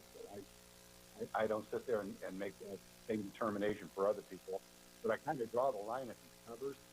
Look how tall that thing is. And, you know, the neighbor, I believe, to the left didn't have a problem with it at the time, but you know, what happens when he moves out and the person behind? You're stuck with that thing. Second of all, I don't think you ought to be calling these temporary because nobody is going to take it down. Temporary means you've got to bolt it to the ground versus the foundation. It's a permanent structure, so I have a problem with temporary. The third thing is, and you can see this going around town, what happens when people get rid of their RV that's underneath there? That becomes a junkyard, a storage area. I can point to two in town right now that had RVs, no longer have RVs, have a rear cover in the back there, and you can see, because it's flat in the fence, that they've got it stored with nothing but garbage. And so, you know, as we look at these things here, we're not just looking at words on page, we're actually looking at, you know, what it does in neighborhoods. So, temporary structure, I think, needs to be defined as either a carport, an RV, say, and I don't know how you're going to wordsmith this, but I think temporary ought to mean removed when it no longer serves that purpose. You know, this has come up before at the city council. These things were never meant to be approved. There was arguments about this for the last couple of decades. I know since I've been going to council meetings, and one of the things we discussed was talking to real estate agents that as they sell houses and what have you, that if they have these things, that's when you remove them. You know, people leaving the house, you remove them. Maybe you make an exception if somebody's going to move in that has an RV and that it is going to use it, then you might extend it. But if they're going to use it for office, they're going to use it for junk, you're going to cover the sides. You got to know that. So, you know, no matter what you do with the as far as covers go, I think you need to define temporary and what gets to go under that, because it can't just be cars. This guy's got a driveway and he's got a garage. So this was for RV, and most people that put these up store RVs. You know, I've had, like I said, I've had 4 since 2007. The typical time for an RV owner is 5 years before they either get out of it altogether or they upgrade. And upgrade mine, if you get out of it, you're stuck with that in the neighborhood. I think Barb can address the one that was in your neighborhood, Barb, that was actually taken down because it didn't meet, it wasn't ever permitted. You there, Barb? Yeah, you're right. It was never permitted and it did not meet setback requirements as well. So they were given the same option to either apply for application to obtain approval or take it down. It came down. And I do have it on our list after we went through the red lines to determine whether or not the planning commission wanted to set a square footage size on them or a height maximum. Obviously, this would not be determined by anything but the size of whatever they're storing under it. So, I mean, if this person owns a single-story house and they have a 46-foot RV, I don't know how big they get, but I know that there are quite a few in town that are extremely large, then they're gonna want the tallest, or a taller one, which might actually exceed the size of their house. So, I don't know whether planning commission would want to set a height limit, no taller than your house. That was going to be my comment, Dominique, is that the top of the structure cannot exceed the highest point of the house. Because, I mean, Didn't you already do that? We already did that with the gentleman on First and, yeah, I want to say Fisk. It's got all the cars out front, and he wanted to put up a 17-foot construct building, and we told him no, it's 15 feet. Staff's recommend, or at staff's direction, and so that's what he ended up having to do. I think we need to write that into this code. Because looking at the picture on the screen, I mean, that looks like Taj Mahal next to next to the home, and that I'd be very upset if I were the adjacent neighbors. Oh, yeah. Can we talk Oh, about the corrugated metal gate that we see? I'm just kidding. The only other comment that I wanted to bring up is I just had, it's more of a question for staff. And when the homeowners are required to submit a building permit, submit an application for a building permit, are they required to provide engineering docs? Yes, so depending on the type of structure, so if they are submitting for a prefabricated, engineered, metal structure, then we would ask them for a copy of those plans and specifications that come with that structure. They also have to submit a site plan that indicates where it's located on the property and its dimensions from all structures and property lines. Are they required to submit plans and specs as stamped by a licensed structural engineer? Like, anybody can It submit typically depends on the size. Most of the time, yes, because they want to install larger structures. Some of the very small structures, and not so much the temporary metal ones, but when we get into like the sheds, the smaller ones don't have the engineering, so we don't require it on the smaller ones. But it's all the building code. The building plan check department determines if they need to have structural engineering or not. Okay, I just wanted to make sure that that it's very specific, that somebody's not going out and buying a temporary structure and not submitting something that was stamped by a structural engineer. That's all. What's Right, temporary? when they're required to get the permit over 120 square feet, it goes through plan review, and if they need to have the structural engineering, they just buy them from the prefab company. Now, if somebody's gonna build it themselves, buy metal and weld it themselves, then they'll have to hire an engineer to do the plans. Okay. In letter A, what if we say obtain a building permit if the structure is over 120 square feet and over so many feet tall? Whatever the standard height of a roof is. It depends, Commissioner Willis, whether it's a 1-story or 2-story. It depends So we could add that in. So for letter A, obtaining a building permit if the structure is over 120 square feet, that's also consistent with the California Building Code. The building code requires structures over 120 square feet to have building permits. It's also. Well, can we also say if it's a 1-story house over X number of feet, or if it's a 2-story, you know, and they need a permit for that too, or do we have to have a separate item? I mean, you could add whatever you would like to recommend, sure. My only comment about getting into specific heights, Commissioner Willis, is there are some 1-story houses that have eave heights that actually give the appearance that they are actually a 2-story house. Like if they're putting up fake dormers or a very high pitched roof, technically that's still considered a 1-story house, but if you looked at it from the street level, it would give the appearance that it's almost a 2-story house. And if So can you think of any way we could qualify that? just tell them that they can't exceed the highest point of the roof. Okay, so can we add that today? I did have Can that I written add- down, no taller than the height of the highest point of the home. Or the roof, we could say. I'd like to add something in here. These structures that we're looking at right there are for essentially RVs. RVs are, in California, the maximum height of an RV cannot exceed 14 feet. So that's it. You can't get higher than that.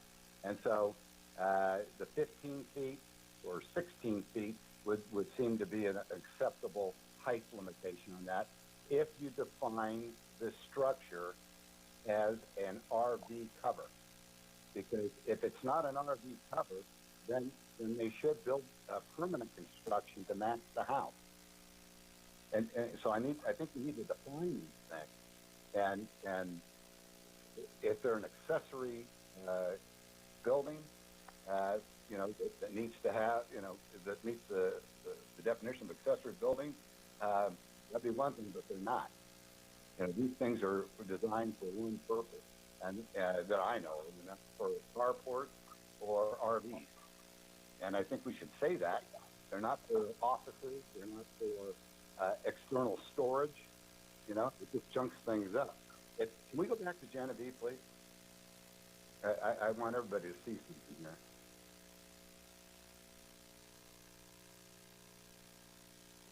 If you look at the corner of the house where the gutter is, you'll see that there's a cutout there. This thing is so wide that there is 0 inches setback on it. So that's a fire trap, no matter what you do. And I was going to bring this up, and we can get over it right now. Diane, is there insurance standards that we would be usurping if we allow zero setback from side structures to the house? I am not sure the answer to that. Are you thinking, does the homeowner need to have additional insurance through their homeowner's policy, or does the city need some sort of waiver of insurance? I think we're setting the city up, perhaps, for liability if we approve that. That's right up against the house. There's nothing that says that's a fire retardant material next to the house, and there's nothing to say you never get inspected about the size of this thing. So, some homes are built, you can put these things there, and there's some that aren't. And the idea should be, we should define what that is. And is it a temporary structure? Is it an accessory building? And if it's, going to be an accessory building, it should be match the construction of the house. But again, my opinion. So if we move ahead for a minute to page 12 of 19, which is on the next page, we have the proposed definition for a temporary structure. So currently it means structures of prefabricated metal or steel carports as determined by the city planner. So we can definitely update that to say, which shall be used for vehicles, vessels, and recreational vehicles only, not to be used for storage. Or office. Or any other ancillary use. Yeah. I mean, I like the intent of that, but I just think it's a little impractical. If I have a side yard, I mean, I don't have one that could fit this. But if I want to put a cover up and put a table underneath there to have shade, I should be able to. I don't think that we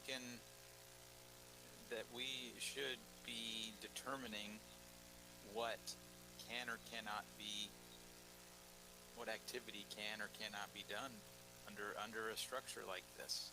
So the California Building Code would say that if you're putting structures underneath or items underneath a structure like this that you can sit in, it would be more considered a accessory structure that allows occupancy. If you're sitting under it in chairs or you're using it other than for storing the vehicle, then there's people under it, and then you have a whole different set of regulations to fall under.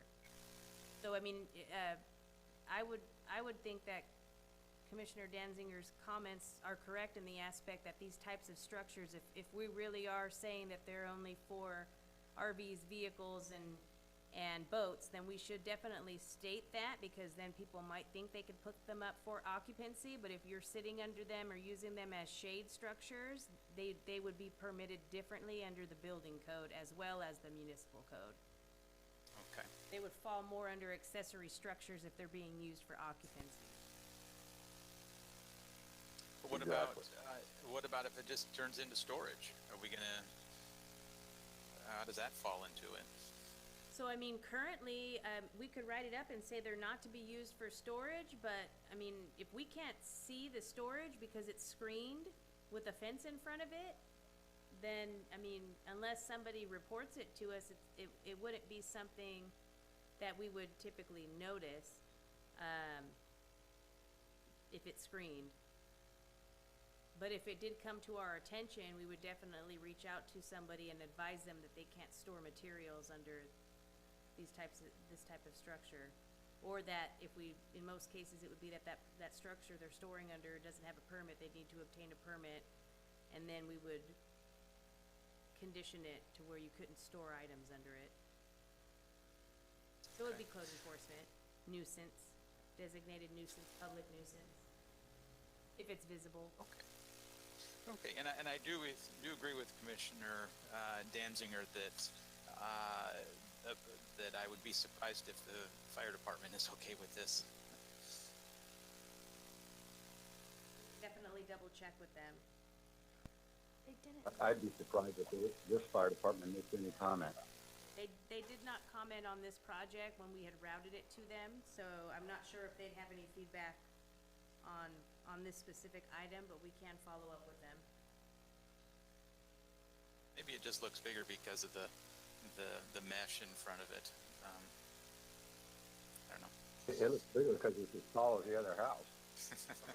Yeah, I'm trying to remember what height it is. I want to say it was like 15 and a half feet tall, but it's 500 square feet in size. I remember that because it was over the 450 as our code requires for accessory buildings, and so that was how we processed it at the time, because we didn't have a section on temporary structures. So this structure goes all the way, almost all the way to the back,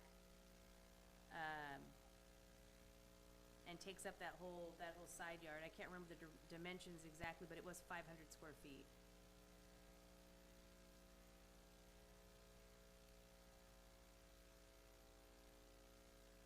Dominique, I have just a general question.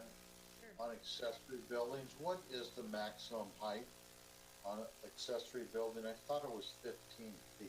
That is correct, 15 feet. Okay, so I'm wondering if we ought to put a maximum height on these temporary structures, not, like a couple of feet above, what did Dan say, 17 feet, Kurt? Said something about, what, an RV is what? You said 15? Maximum height of anything going down a road in California is 14 feet. So 14. An RV is 14 feet or less. Okay, so I'm wondering if we ought to have a height limit on these things to, a foot or two. I don't know how much airspace you need between the top of the vehicle and the cover, but, So you could definitely propose 15 feet, if that is adequate, if what Commissioner Danziger says is correct and it's 14 feet, I mean, 15 feet is the same as our accessory buildings, and that would be easy to remember, definitely, and consistent with other areas of the code. And then we have what Commissioner Stroman had mentioned, which was no taller than the highest height or highest point of the roof. So, I mean, obviously, that would let people who have a two-story house have a taller building. If you don't agree with that rendition, we can just simply say 15 feet in height, so then anybody who wants to propose something larger than that would need to come to the Planning Commission through a variance. my neighbor at the end of my cul-de-sac has a 612 pitch roof. So the peak on that is quite high, and I would not like to see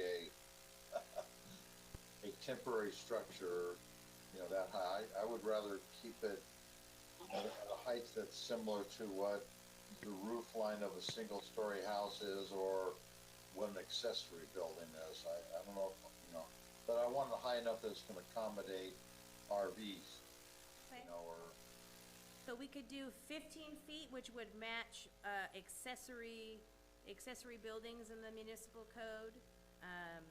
And I mean, I think that I think an extra foot would be adequate. We'll take a look at that between now and council, because I'm thinking if the corner between the sidewall and the start of the roof is 14 feet, there's going to be, I don't know, a foot or two between that corner and the peak of the roof. So Yeah. the peak might be a little higher than 15, but Dominique and I will look at some of these prefab structures and see if the corner's at 14 feet, what does that make the roof? I want to say when we did that other project for the optometry office, it gave an additional, was it 3.5 inches? Or 5 inches? I mean, you could do 16. I think they were as well. 3 or 5 inches above 15. I think they were 3 or 5 inches above 15, yeah.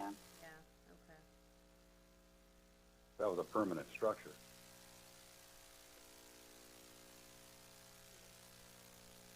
Yeah, it was like a metal prefab garage. Hey, Chair, can I ask staff a question? yeah.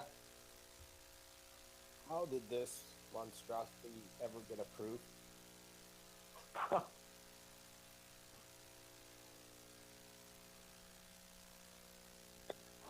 mean, just looking at this,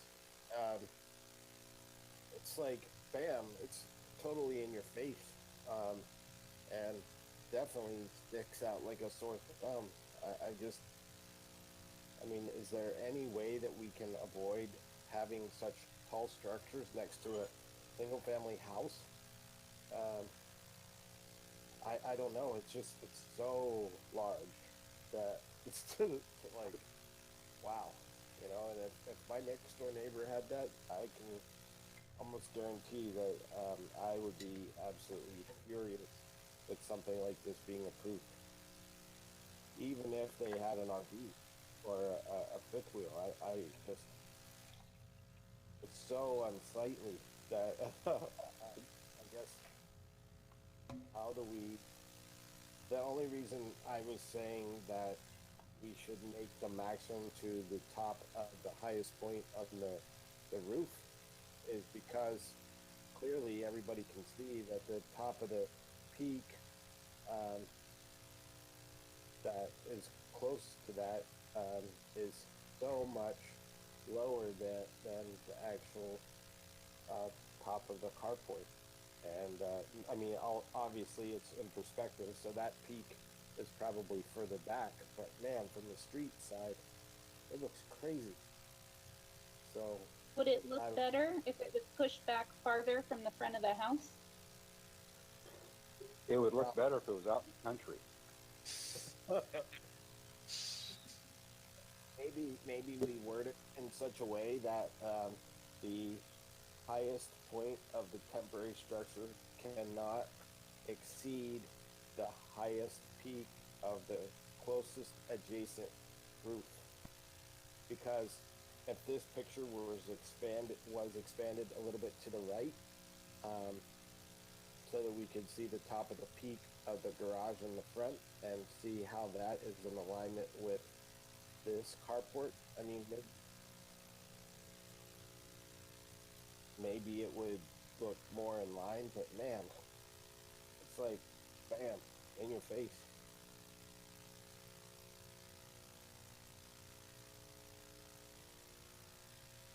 Not that one.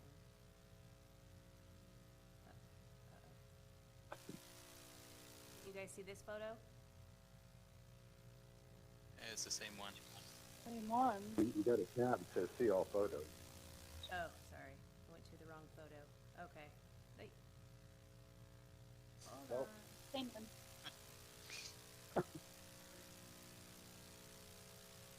There we go. Can you see that one? Whoa. Yeah, so it does appear it to either be equal to or maybe a tad taller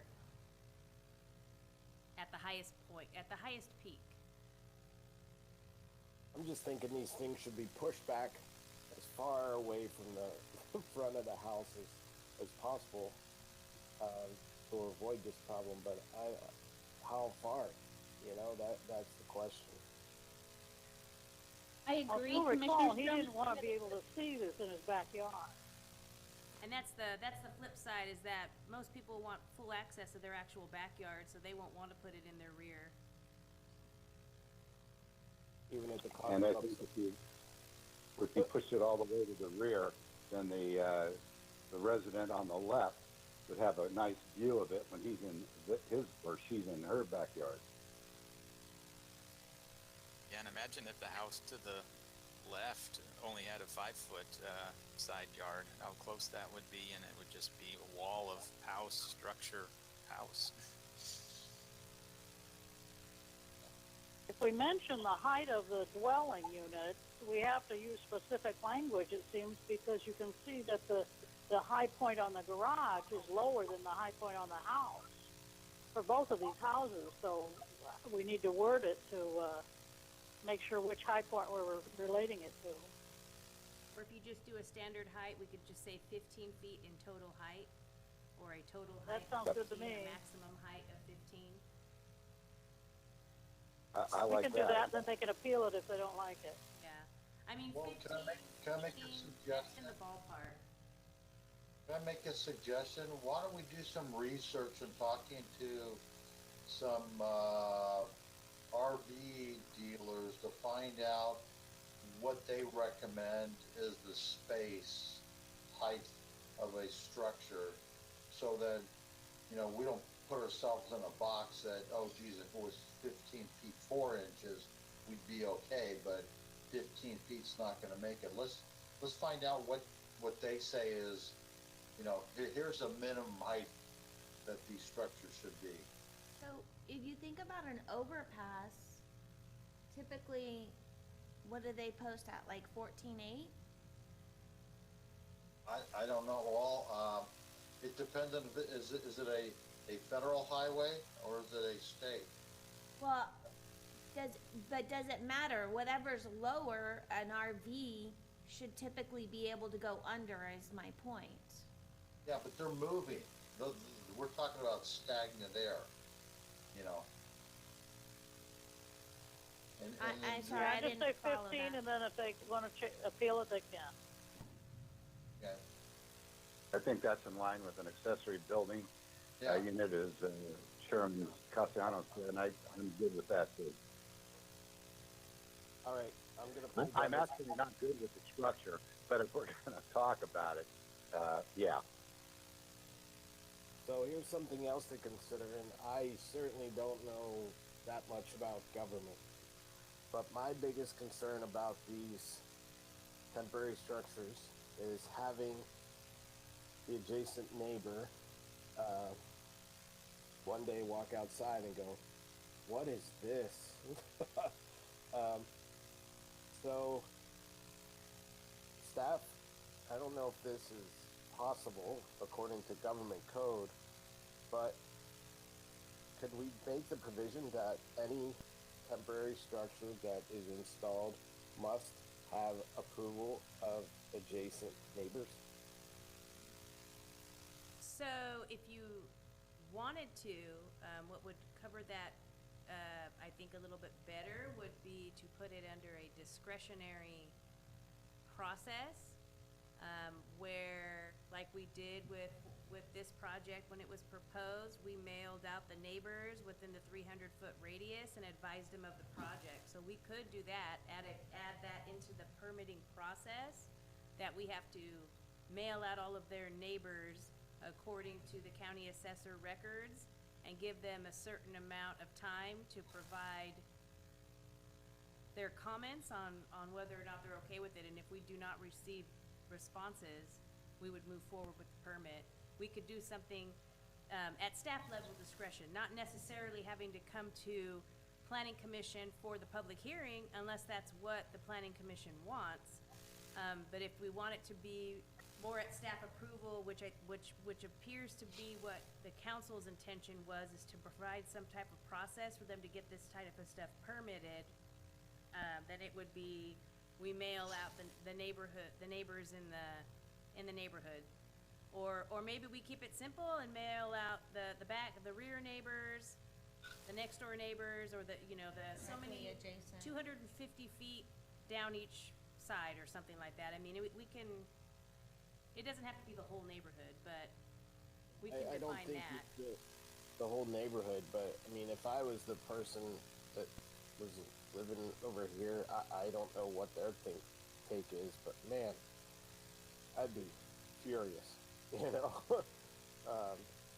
say the least. So I think it's important that we, I mean, if somebody puts it up and they don't provide comments, then, or the neighbors don't provide any comments, okay, but I also think it's important that, maybe we're overstepping our bounds here as planning commissioners, but I do think that it's important that we do get to review things like this, because ultimately, like what happened in this case, we thought one thing and then the applicant appealed to city council. But at the same time, I think we all, as planning commissioners, have to do our own due diligence, and so that when things like this go up, we can say, hey, we're trying to make sure your yards aren't inhibited like this, and ultimately we can be vetoed, or our decisions can be overrode by city council, but we're looking out for the neighbors as well. So I'm just trying to think how we avoid problems like this in the future. I'm not saying every single temporary structure has to come before the planning commission. I'm just trying to find the happy medium. So is that I something have a that the question. commission would be wanting to do, was to add some type of like mail-out process where we would mail out the neighbors within 300 feet and provide them 15 days to respond or something like that? 30 Does days, that mean if a neighbor whatever the planning responds that they commission. don't like it? Does that mean if a neighbor responds that they don't like it, then the project is denied? So then we'd That have would be my to, question. I guess, I mean, it might put us in the situation if it's not going to planning commission, where we're trying to do some type of mediation.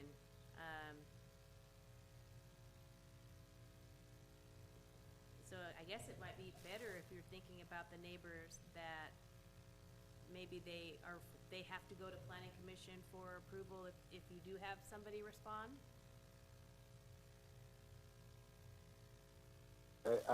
My experience is nobody's gonna, blink where they sleep. And so, even though the guy next door doesn't like it, doesn't want to start a war with his neighbor, over it. So, yeah, you can make stuff out, but I don't know that that's the case. I would like to define what that is exactly, and define exactly what a temporary structure is, and how long it can be there. Either that, or we just allow them all to go in, and the whole neighborhood run down. If you drive down Genevieve, as you're looking at it, you take a left. This street just curves to the right. There's one other RV storage out there, and I challenge you to find it. It really takes a lot of looking to see it, because it's not like that. It's way in the back of the property, and it's just like it's out in the country, essentially. That right there is the destination of that's what I wouldn't want in my neighborhood. I don't know how else to say it. Maybe we explain to them quite honestly that so item 2, letter F, A and B are fine, but for C, for the front yard, that any temporary structure must be moved to the rear of the property as much as possible. And if they don't want to,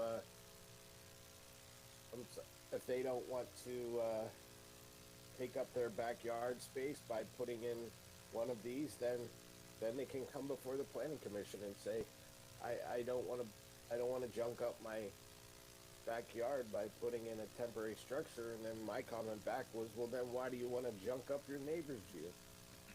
So, I mean, that would be my response. So if they can push them back to get them away from the front of the home, that would be my biggest point to note. But everybody. Maybe we can simplify this. Maybe we can simplify this a little bit. How many commissioners are in favor of that structure anywhere in the city?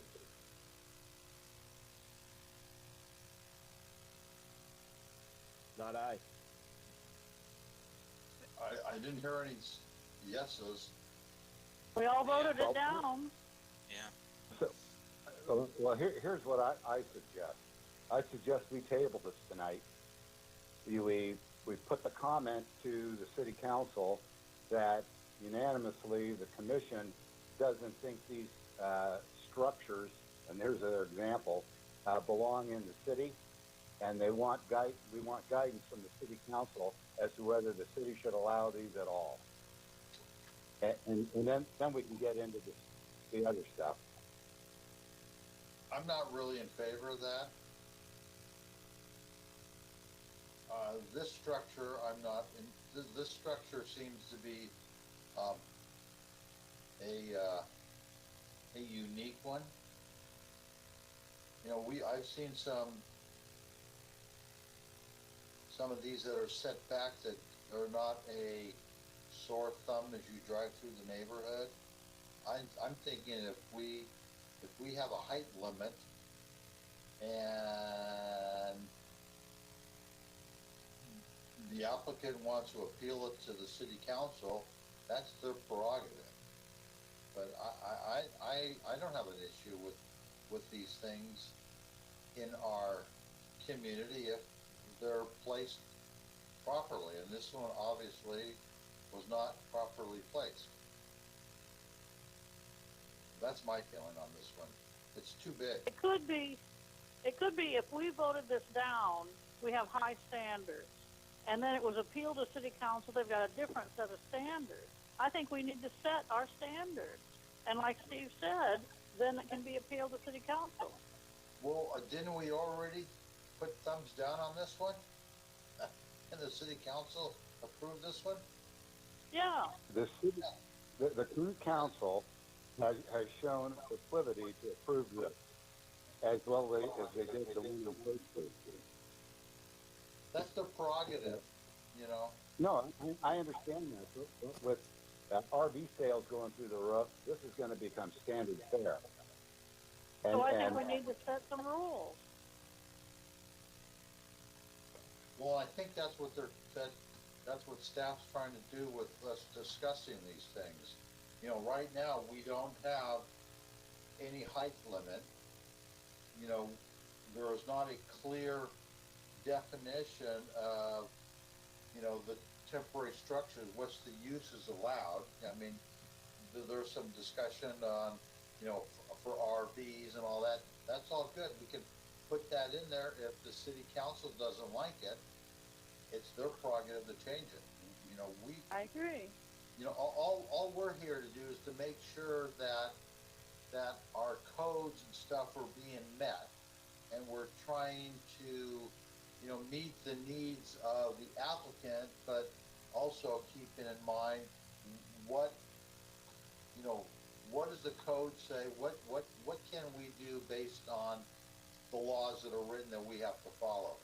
City council can do whatever they want. You know, you and I on this commission, to keep 3 councilmen happy, you can stay employed. To be a councilman, you have to get a majority of the citizens. You know, we're not here to keep all the citizens happy. We're here to make sure we follow what is the law of our community and what's the best thing to do. You know, I don't want, you know, we've been at this thing for a long time. You know, that's just my thought. You know, is I don't like this thing. We all did pretty much a thumbs down. It got It got bounced, you know? Okay, so Steve, why don't we just explain that? I mean, certainly we don't want to get into a meeting every month to talk about these things, but why don't we just explain that any temporary structure, if the structure is over 120 square feet, must have planning commission approval. And if they come to us and we say, no, sorry, it looks like the Taj Mahal, and you're junking up your neighborhood, and every other complaint that all of the commissioners have expressed so far, then we say, well, that's our decision. If you don't like it, then go talk to city council. Well, I would rather put some caveats in this thing, so if the council decides to pull stuff out of it, because, you know, I'm not sure, you know, I think a height limit and I think a better definition of what a temporary structure would be are two key points that may stick, but, you know, saying anything over 250 feet or 220 feet has to come to the planning commission. You know, as a member of the community that wants to do this, I'm thinking, I'm going to be out of pocket to just put this simple little thing up in my yard, you know? But it's not a simple little thing. It's not a simple little thing because there were over 100, and this is why I used 120 square feet. Caveat is because the 120 square feet is tied directly to a building permit. Yeah. So that's why I just picked the 120 square feet. Because, I mean, honestly, guys, and I kind of cut you off, Commissioner Danziger, my apologies, but I will tell you that the storm runoff from the structure cannot cross property lines. I will probably bet $20 that will be stricken, because there are some city council members that don't believe that should be an issue. Yeah.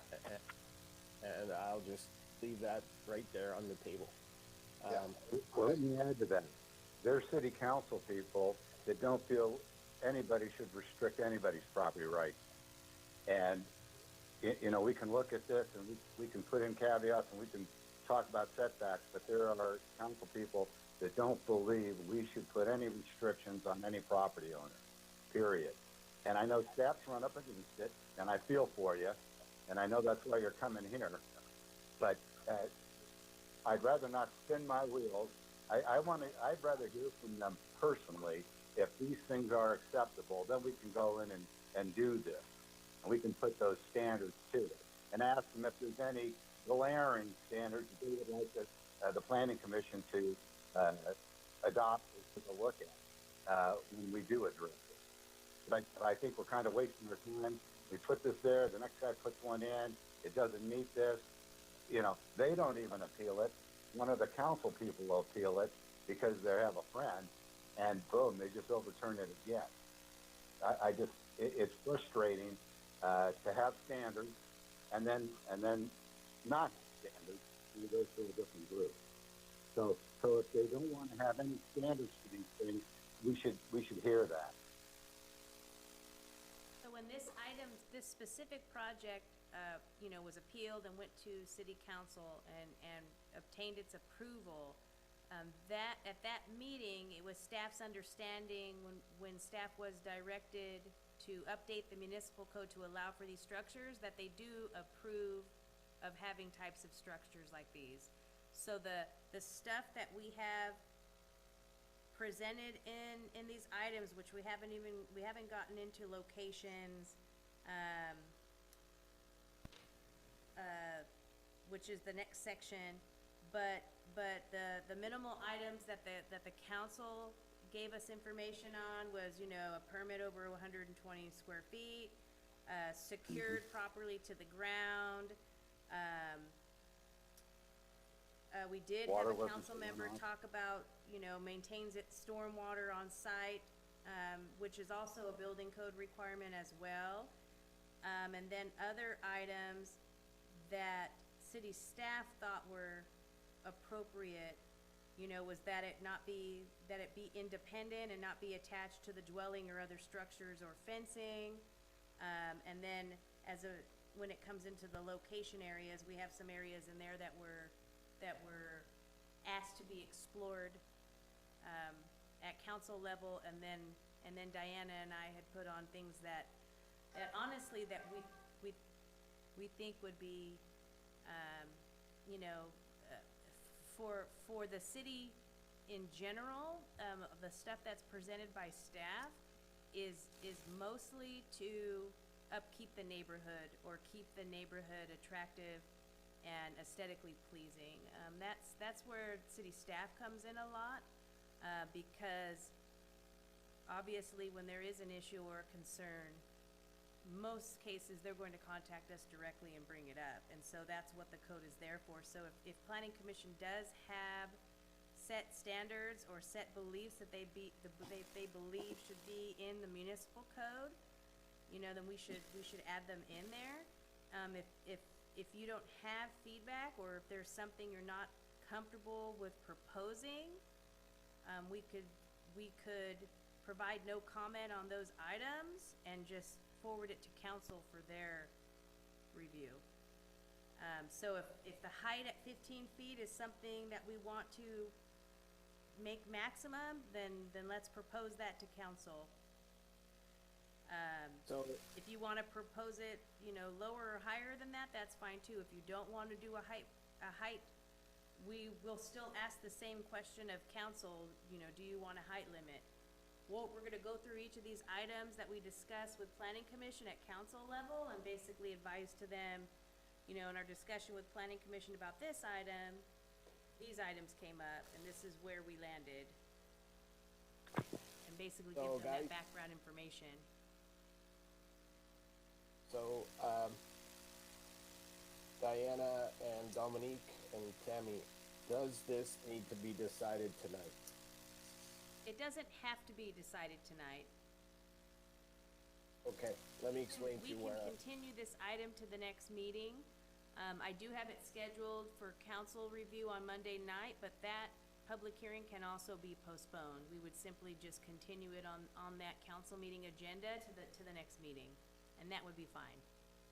Well, I was going to try to take that one step further, and that is pull it from the council agenda until we have a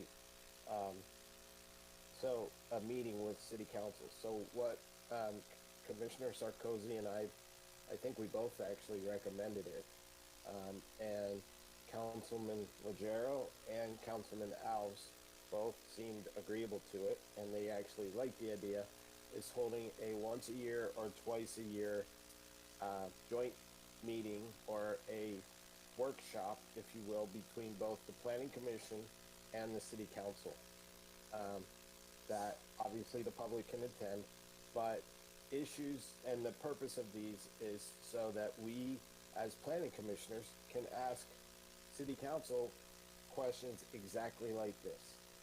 And so I'm thinking similarly to what Commissioner Danziger said, is let's bring this issue up to city council. Let's talk to them collaboratively together and say, look, as the planning commissioner, as the planning commission, this is something that we struggle with, and that we can use this as a perfect example and say, we think that this junks up the neighborhood. I mean, no offense to the homeowner if you follow this on YouTube, but in my opinion, it totally junks up the neighborhood. And say, what we've been running into is, if this were to come before us again, we would reject this, and we would reject this because of and cite some of those reasons, and ask the city council for those guidelines as Commissioner Danziger was talking about. And then after we have that workshop working in conjunction with City Hall, then we can come back and amend the municipal code based off that discussion. That way, the city council and the planning commission are both in agreement, and that will help make staff's life that much easier. because honestly, I don't think we're going to get this resolved tonight, because the five of us are pretty adamant that, yeah, we need some guidelines, but I'll speak for myself. I certainly won't speak to other four of you. My fear, or my trepidation, if you will, is that we continue to belabor this and talk about this for the next 30 minutes. We come up with these guidelines, and we run into the exact same situation that we ran into Genevieve, is that we are doing our job as planning commissioners for it to just to be turned around and trumped, and our decision overridden by city council. So when we have those workshops, we can talk about temporary structures. We can talk about the hot buttons that we've seen thus far, so that we get an understanding of city council's perspective, and also, but more importantly, city council can understand our perspective. Because at the end of the day, it's the constituents who win. It's the residents of Escalon that win. Otherwise, we're going to continue this volleying back and forth for the next umpteen years, talking about RV storage containers, or RV storage structures, or temporary structures, however you wish to define it. Those are my thoughts. I'm applauding. On the other, who's talking? Kurt. I said I'm going to vote for Sean for Congress there. That was very well said, Sean.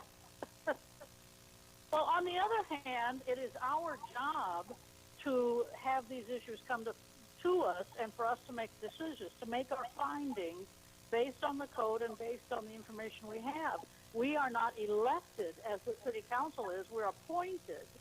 And the city council doesn't have to abide by the same rules that we have to, because they're voted in. There's a whole different set of peoples and skills and things like that. So I don't see why we can't put something down on paper for them to then either tear apart or agree with, and stop beating this dead horse. And like all of you have mentioned when we're discussing this, I mean, the planning commission's ultimate job is, Title 17, everything that has to do with planning and zoning. And your commission is supposed to be the expert in that area that provides those recommendations to the council. But yes, the council is the highest body, the highest legislative body, and if they don't agree with those, or if they want to make modifications to it, they would be able to do so.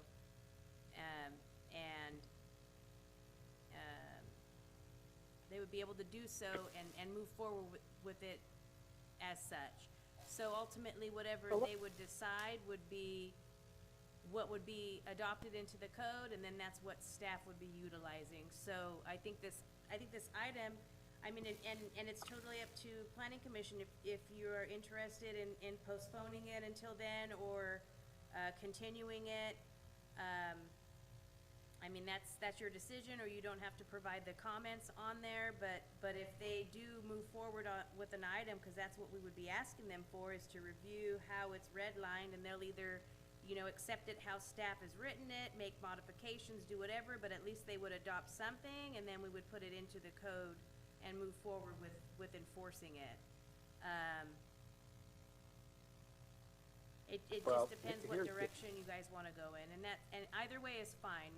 There's no hurry, just except for the fact that we have people ultimately putting these structures up, as Commissioner Danziger mentioned. Yeah, the RVs, more people are interested in storing their RVs at home. So if they have that side yard access and that space, that's what they're wanting to do. Well, here's to Sean's point. The last two variances that came up with this subject were voted 5-0 by the people that know what they're doing on the planning commission and staff. It was overturned because of cronyism and favoritism to individuals.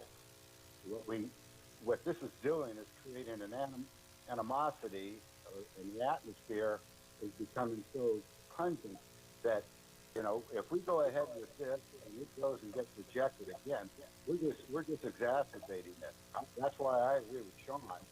And I'd like to have a public meeting with the whole city council and discuss these things.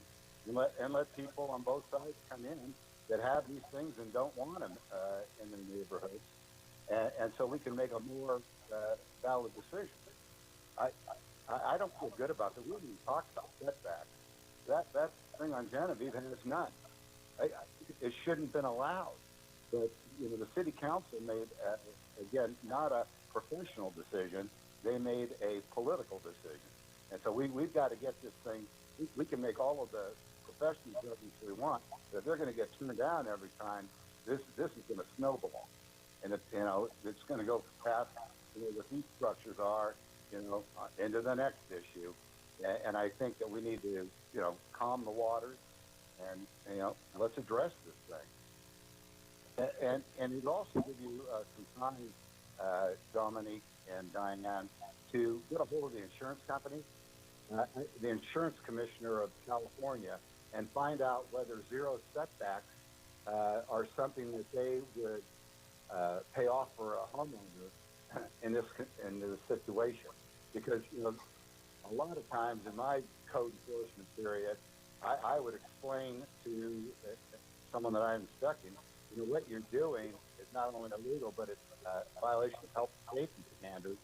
And because of that, you'll have notes in your file, and if something should happen, your insurance company won't pay off. You're creating a hazard not only for yourself and your neighbors, but fiscally for you as well. I'd like you to look into that.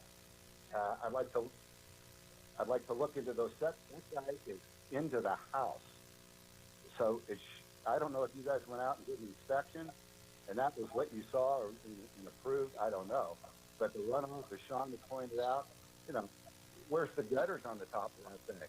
That's all automatically in the neighbor's yard. Shouldn't have been approved. So I'd like, on this issue, I'd go with Sean's suggestion and have a public workshop. So, Commissioner Willis, I completely understand your position. That's actually all of our positions as planning commissioners.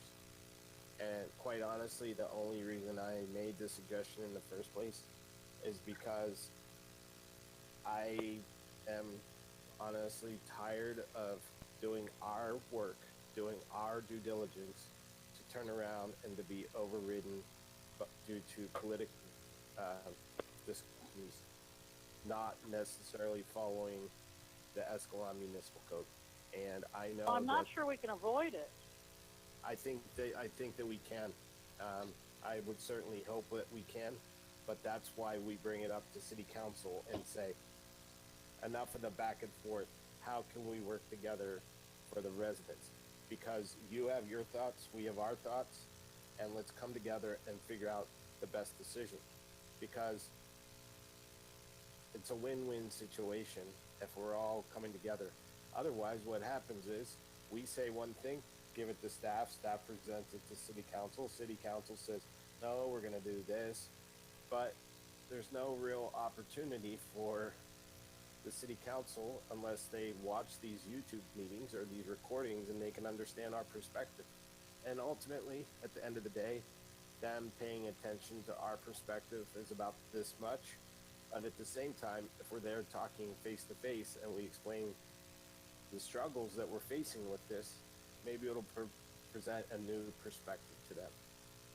Well, it's not just a perspective, though. We have rules and regulations that we make our decisions based on. And one thing we could do is educate them as far as what those rules and regulations are that we are trying to follow and adhere to. And so I'll give you that.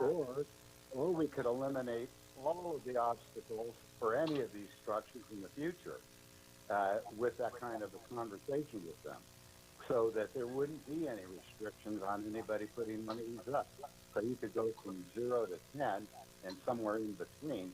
But at least at that point, when we're making decisions on this, we know exactly, we have a code that reflects, what the standards are, and that's what people will agree to. Yeah.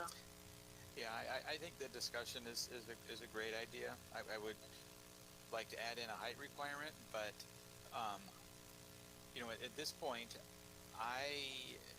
what Commissioner Danziger just said, I think that anybody, if we rule 5-0 against something, I think in the current environment, if the homeowner wants to appeal, it will get approved. Regardless, I don't think that. It clearly states, the last two ones that came up, the water runoff specifically. The city council commented on, and wasn't an issue to them. I think that's one of the critical things amongst fire access and everything. So a discussion is, I think that would be very, very productive, and would like to understand what a structure that they think is not appropriate looks like. Well, the thing is, too, they can afford to be arbitrary, and we can't.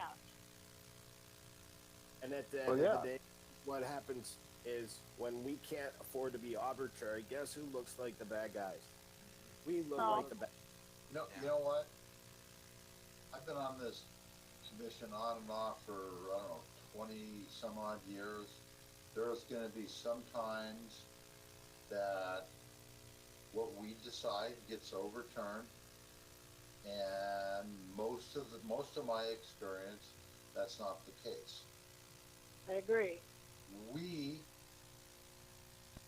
have to give the city council members our opinion based on what is written for our municipal code and everything else. Based on these items, this is how we're going to be recommending it. We're not looking at public opinion.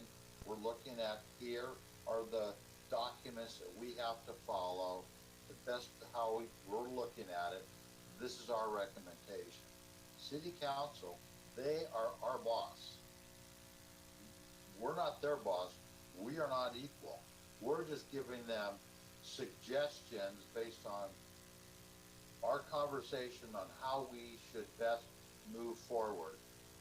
What they decide is no reflection on you or me or anybody else on this planning commission. We're doing the best we can. If they don't agree with it, so be it. We go on and look at the next thing. What has happened on these, these setbacks and these, temporary storage things, that's, we're all getting wrapped up on this. I think maybe having a joint meeting somewhere down the road just to kind of get a feel for, here's some struggles we've had, but, we shouldn't take this thing personally. If you want to be a city councilman, go ahead and run. You're going to be playing at a whole different level. A lot of what they're doing is reactions from the community on this is what they want, this is what they want. We're not being influenced by that. For the record, Chair Castellanos, I have zero intention to ever run for city council. No, I'm just saying, neither do I. Well, I would add to I don't want that. to get any grayer than I already am, so I'm fine. I would add to. But, all we can do is the best we can, make our recommendations. If they don't, if the majority of the council doesn't want to follow it, so be it. But, that's where I'm coming from. It's, I have no. Well, we can continue to throw softballs up for them to knock out of the park, and we can continue to make our judgments as we always have. But when we follow these standards that's adopted, and they're getting shot down, there's a disconnect here. Maybe what we're approving or disapproving in this case is an old city standard. Maybe even this council wants to redevelop the standards. And I think that that's where we're at right now. They're redirecting the standards. There's no setbacks. There were setbacks before. So we say, yeah, you got to have setbacks. And when this thing went up and we cleaned it down, we gave them the reasons for that. The reason that's up there is because that person there knows one of the council members who came in and had to be refused. And then the rest of the council people just overturned us because they're in favor of that. We need, if it's good for that person, it's good for everybody. And so then the standards have to change. We're dealing with old standards. We need to start dealing with the new ones. That's why we should have this meeting. And then go back and doing what we do. You know, it's not just an understanding. If they want to change these standards here, then we do it the old-fashioned way. It goes before city council. We'll propose the new changes and let the public hearing take place, and then change standards or not. But right now, it's not working. But that's what we're doing right now. The council has asked for us to change the standards. That's what To this what? whole process is about. I mean, I understand that, but I think that, at least speaking for myself, I don't want to get involved in, we develop a city standard and then city council to come back and say, what the heck's the planning commission doing? I mean, are you guys really that clueless that you want to present this as a standard? Because honestly, that's probably what we would hear from a few select city councilmen. I mean, that's just me being honest, is that...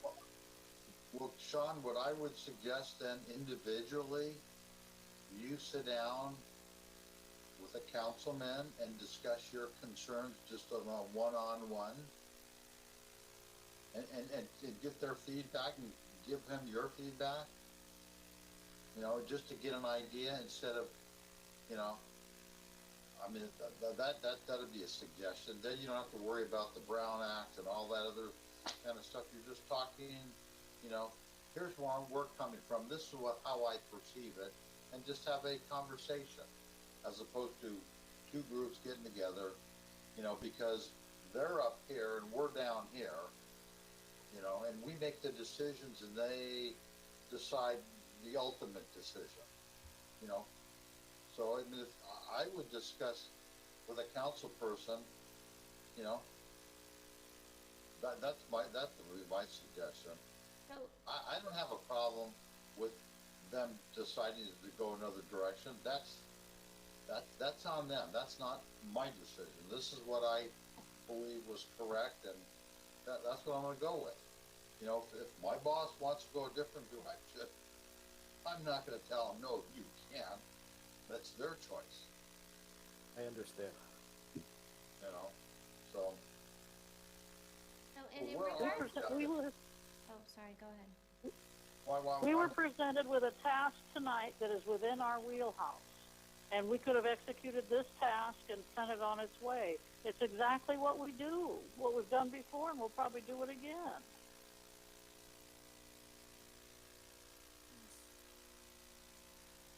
Well, The problem is I agree with Barb and I agree with Sean.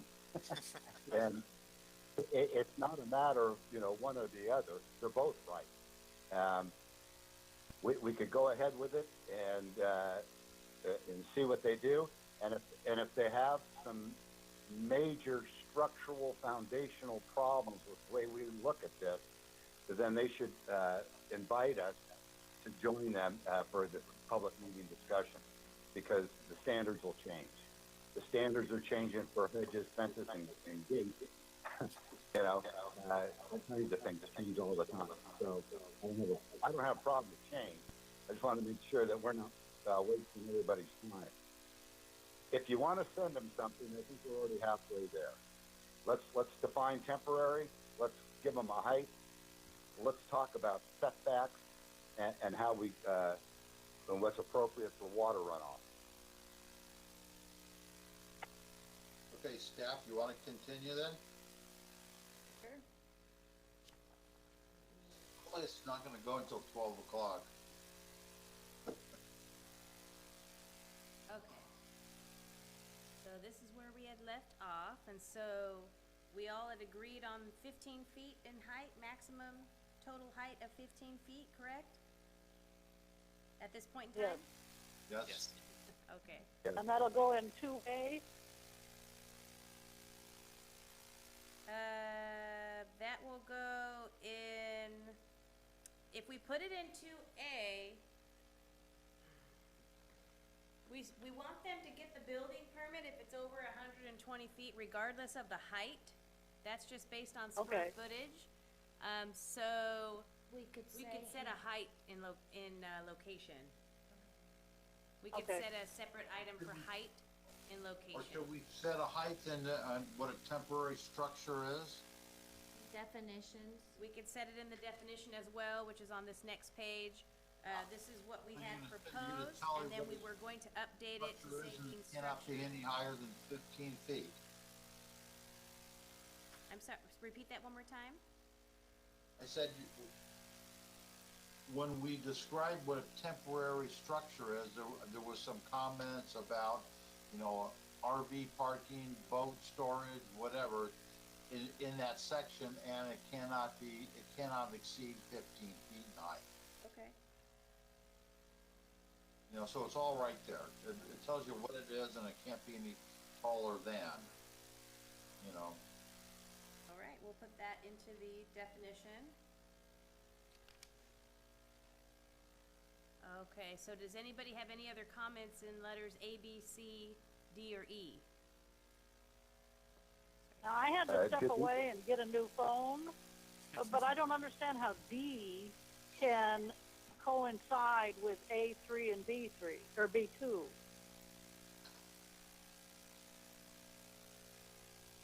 Under F.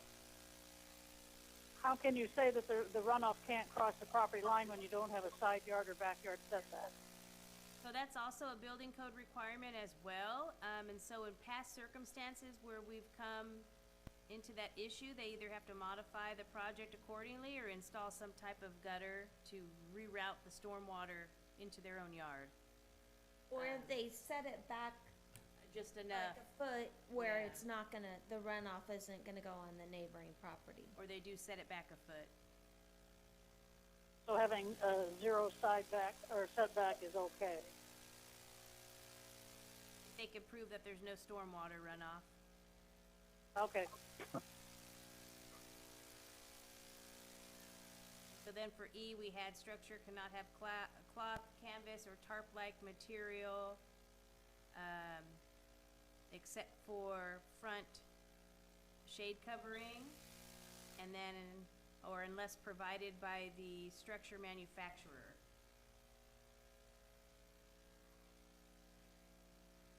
And we were good with those? Yep. Okay, so then we're moving into F on location. So we divided this into each section of the required yard. So A is for the side yard area. This is for structures that are placed in the side yard. One, or I, must be located behind the front wall adjacent to the structure. What if we add in gate, wall or gate? Okay. The next one, too. Or two, must be located behind a 6 to 7 foot solid fence or gate as to be screened from the public right-of-way.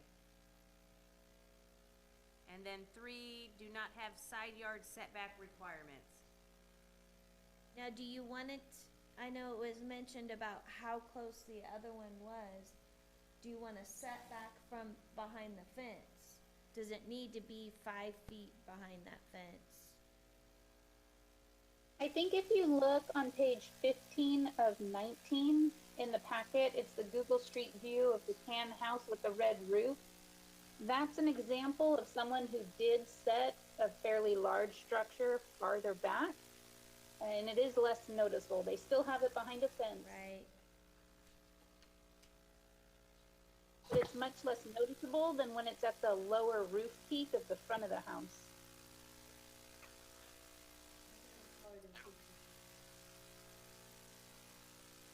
Yep.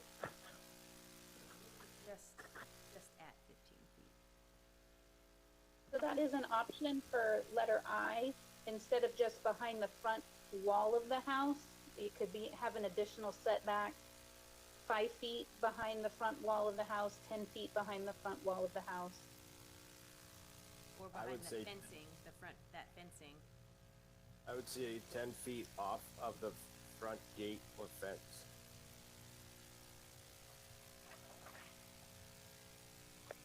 So in side doesn't it yard, really- you could say, must be located behind a 6 to 7 foot solid gate, or fence as to be screened from the public right of way, and we could add into that item, you know, must be located behind a 6 to 7 foot solid fence gate. 2 must be located 5 feet or 10 feet, whichever guys you said, behind a 6 to 7 foot. Well, and their fence, item number 2, A2, their fence could be farther out towards the street than their house. So if we're concerned Yep. about the structure being too tall against the front of the house, it would need to go in letter I, must be located 10 feet behind the front wall adjacent to the structure. Sounds good, Diana. Thumbs up. That was Sir? it with some city council comments. Yeah, is there a reason on FA2, is there a reason we're, just quantifying 6 to 7? Would it be better to just have located behind a minimum, 6-foot wall? I mean, and this means to say I couldn't have an 8-foot gate? Well, if it's an 8-foot gate, then they have to get a building permit. We could say Using number 7. And that's true in light of our conversation on the last section. Depending where their fence is in the front yard, could possibly be 6 to 8 instead of 6 to 7, but they do need to have a building permit. But it just depends where in the front yard their fence is. we can 8 update is a that, possibility. Or say a minimum of 6. or minimum of 6. Minimum 6. In accordance with section 17.41030. We can just refer them back over to the fence section. Yeah, depending on where it lays.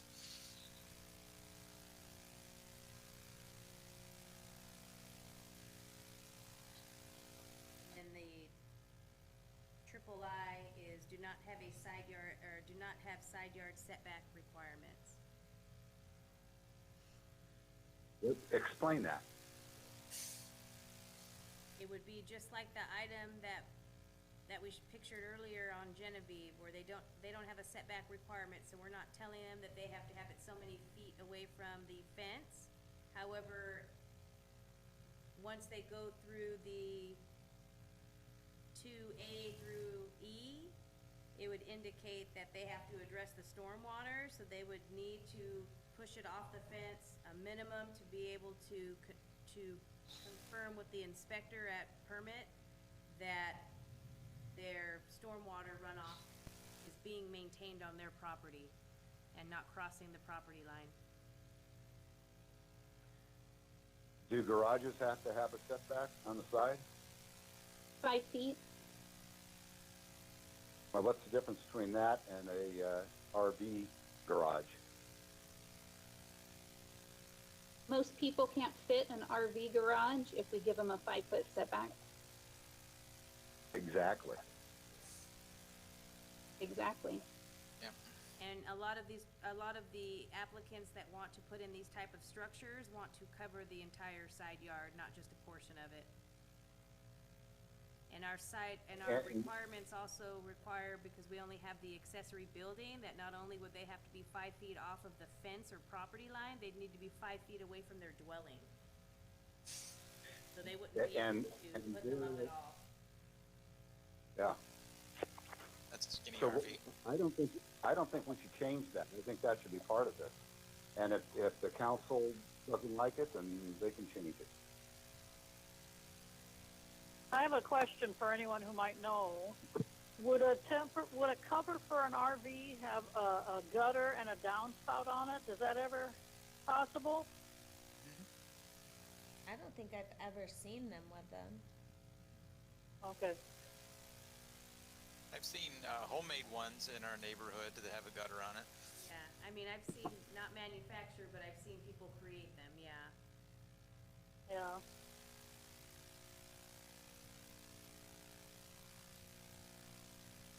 So what did you wanna do on the FA3I? Is it planning commission's recommendation to remove that setbacks would still be required? I'm in favor of I having, think- having setbacks. Are we thinking 5 feet? No, I'm in favor of the way it sits right now. No setbacks? No setbacks. Mark? I'm in favor of setbacks. Boy, it's hard because unless you've got a 20-foot side yard, as soon as we put in 5 feet against the house and 5 feet against the fence, no one's going to get it. I think this is a huge dilemma right there.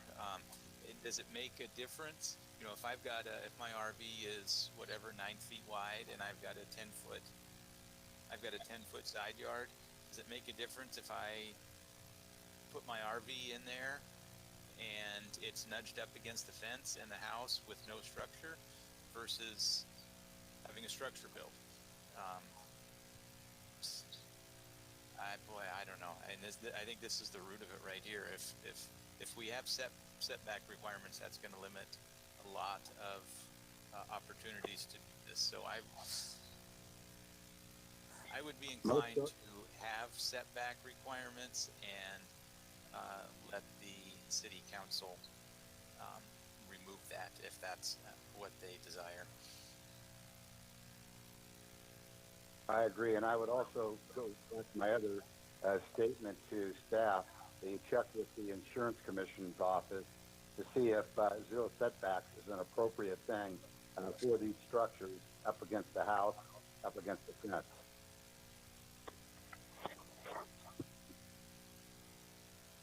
And are you in favor of the accessory building 5-foot setback between the property line and the structure and 5 feet between the structure and the house? Are you thinking maybe a compromise, like fire department minimum 3 foot, 1 foot?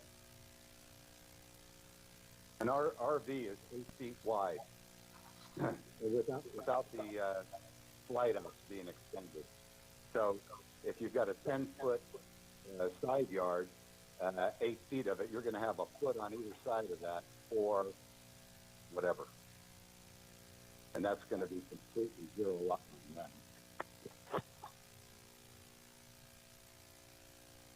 Can we say that the setbacks need to be the same as what's required by law for firefighting and whatnot?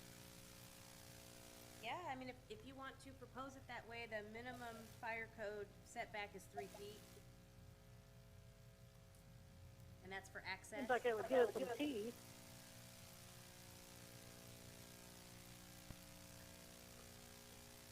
Or if we assume that these structures are at least 9 feet wide, Kurt, you're saying an RV's 8.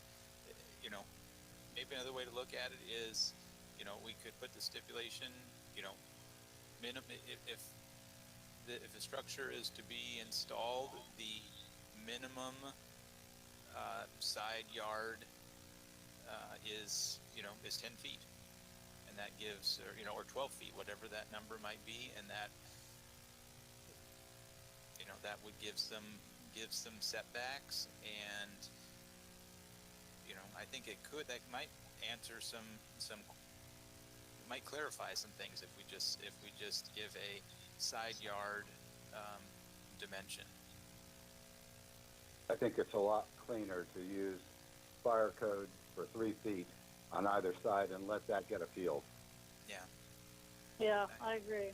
You're right. We'll update number 3, A, triple I, minimum 3 feet, setback for access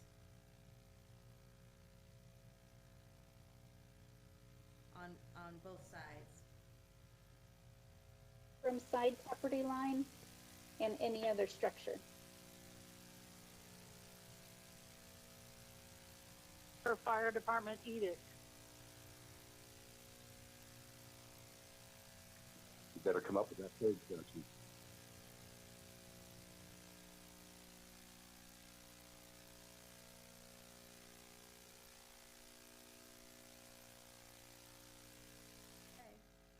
By referencing the fire code, guys, that, that's pretty We heavy. don't have that, we don't have that language on us, but we could definitely obtain it from our inspector on, Thursday and add that into the code, red lines. My request would be to add the specific fire code language, because then it takes it off of us and forces it, okay, you're appealing the fire code. You do Yeah. realize. Yeah. Okay. I would offer a suggestion that a spray booth, which is an appliance, it's not a booth in and of itself. It's pieces that are individually UL certified. Has to have a minimum 3-foot distance between the side of the building and the side of the appliance, the structure in this case. That's 3 feet. You can look that up under spray booth. It may appear some other places. It's been a long time since I've looked at it, but I know it's there.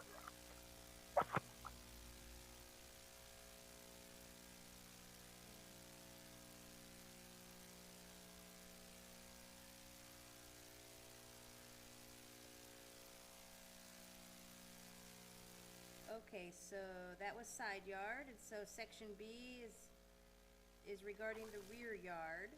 So structures that are placed in the rear yard, one must be located behind a 6 to 7 foot solid gate or fence if visible from the public right of way. Do not have rear yard setback. And that should just say setback requirements.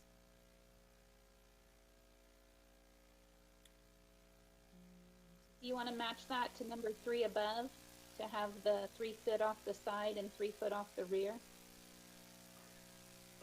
I think that would be. Do you want to change the fence to match the same with a minimum of 6 foot in accordance with the fence code? With the house on First and what is it? Is that Walnut? I can't remember. Across from Melton's house. The cover was proposed to be how close to the house? I think it ended up being 3 feet. I think. Okay.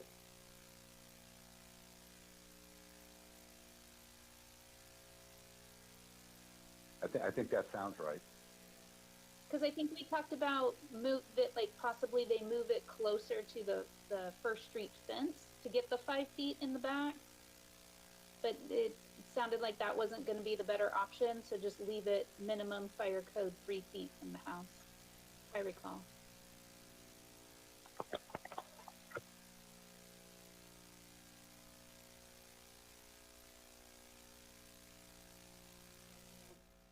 Match that language, match letter A on the 10 feet behind fencing and the minimum of 6 feet solid fence.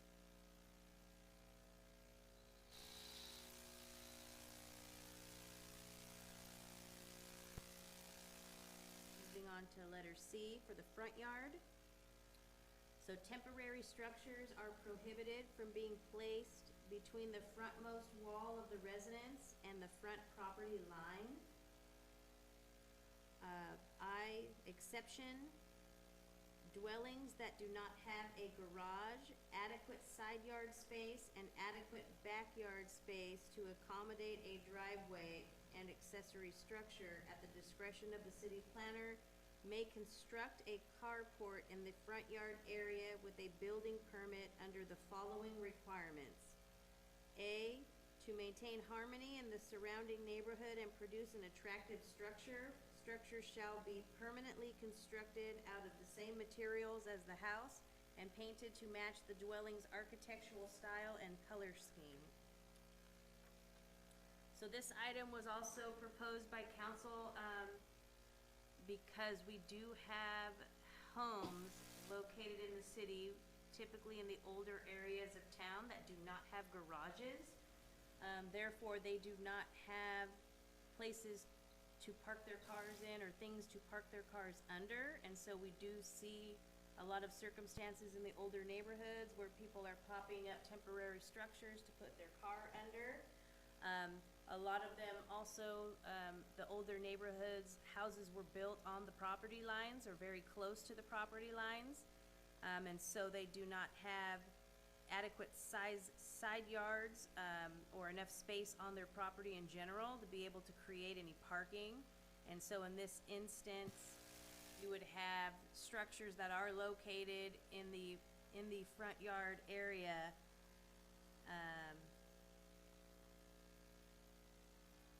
that this would basically try to serve an accommodation to. Something like this. This house is smaller, doesn't have a garage, so they put up something like this to park under because they have nowhere else on the property to be able to do so.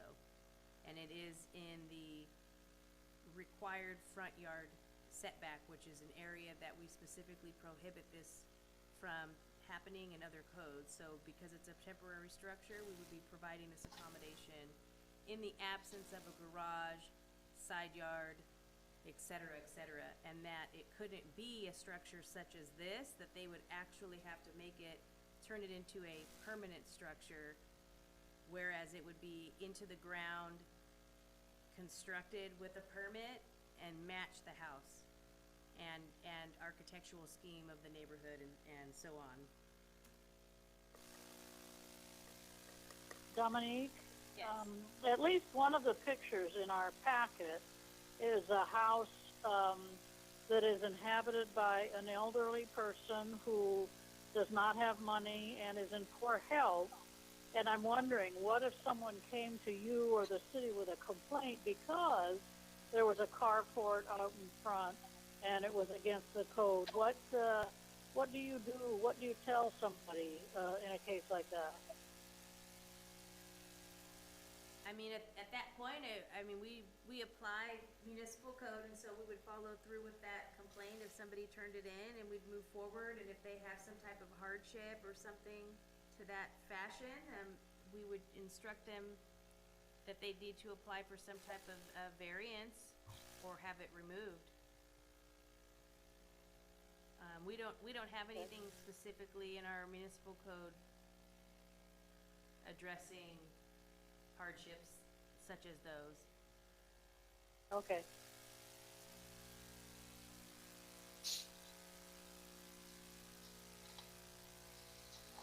I personally don't have a problem with C, I, or A.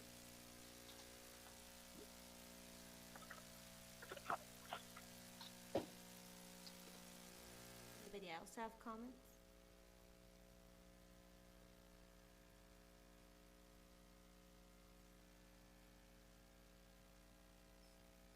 Okay, no other comments on that item?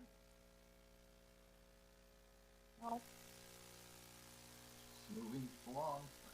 And then the last section was regarding the definition, which we had updated to include recreational vehicles, vehicles and boats, to be used for storing items such as those, and that have a maximum height of 15 feet on total height.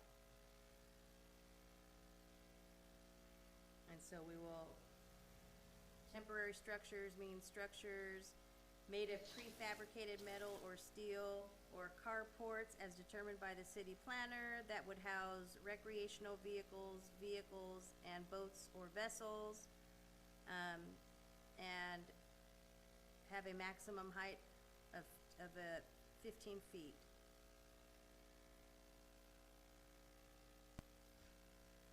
Well, and it has to meet all of number 2 there. Yes. And so that would just be the definition of that structure, and so then they would still need to meet whatever the requirements are for either, for the location, side yard, rear yard, and front yard, and then if they fall under that exception, they could apply under that exception, the front yard.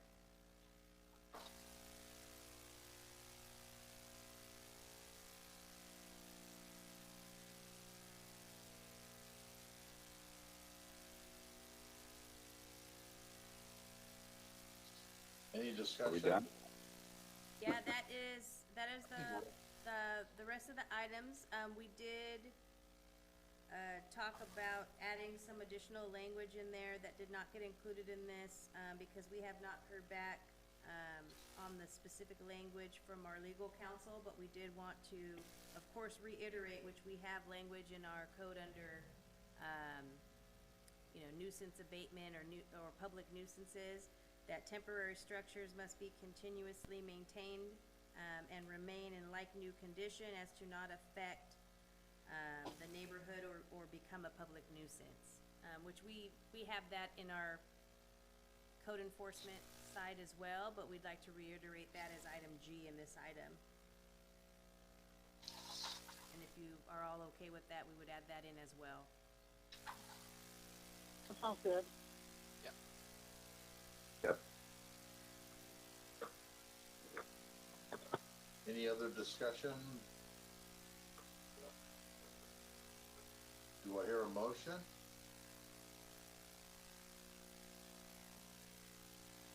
I'd make them, but I'm not sure how it would go. Yeah, how do we capture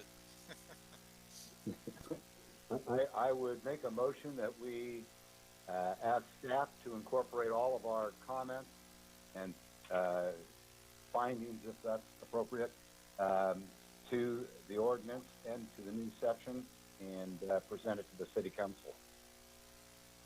Did we hold the public hearing on this section? Oh. Could you repeat that, Diana? Did we hold the public hearing on this section? I never closed the public hearing. Oh, okay. As long as you opened it, I guess that's what counts. Yeah. On the line.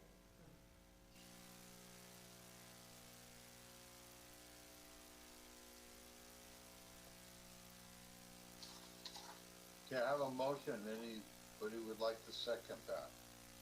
I I would second. second that.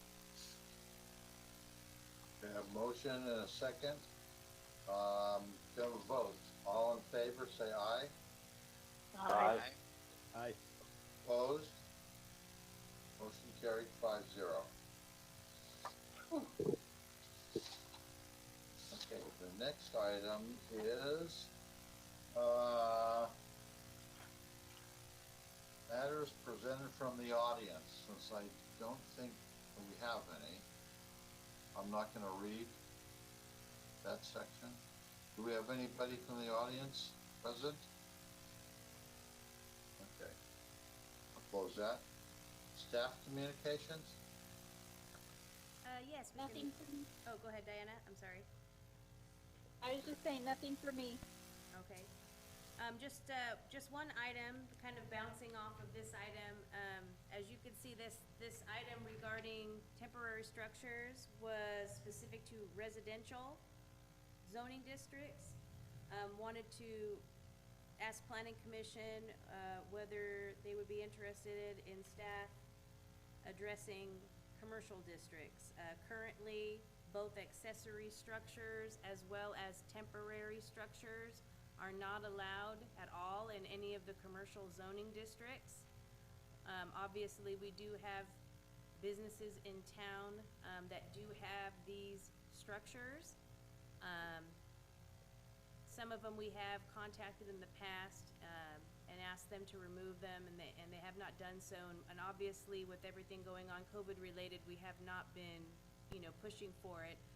But some of these other locations are adding to those structures, because it's kind of a pattern. When they have one, they start adding more and more and more.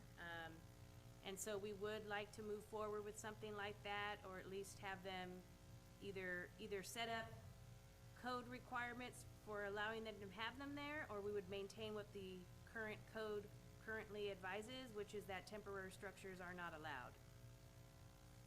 Dominique, Can you give us an example? I have a couple. So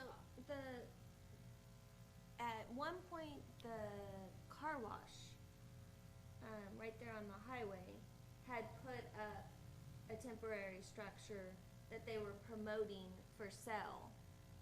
So I think Yeah. it was like a business that had it out there advertising the product. And we have a couple other locations that have them up as advertising for the products.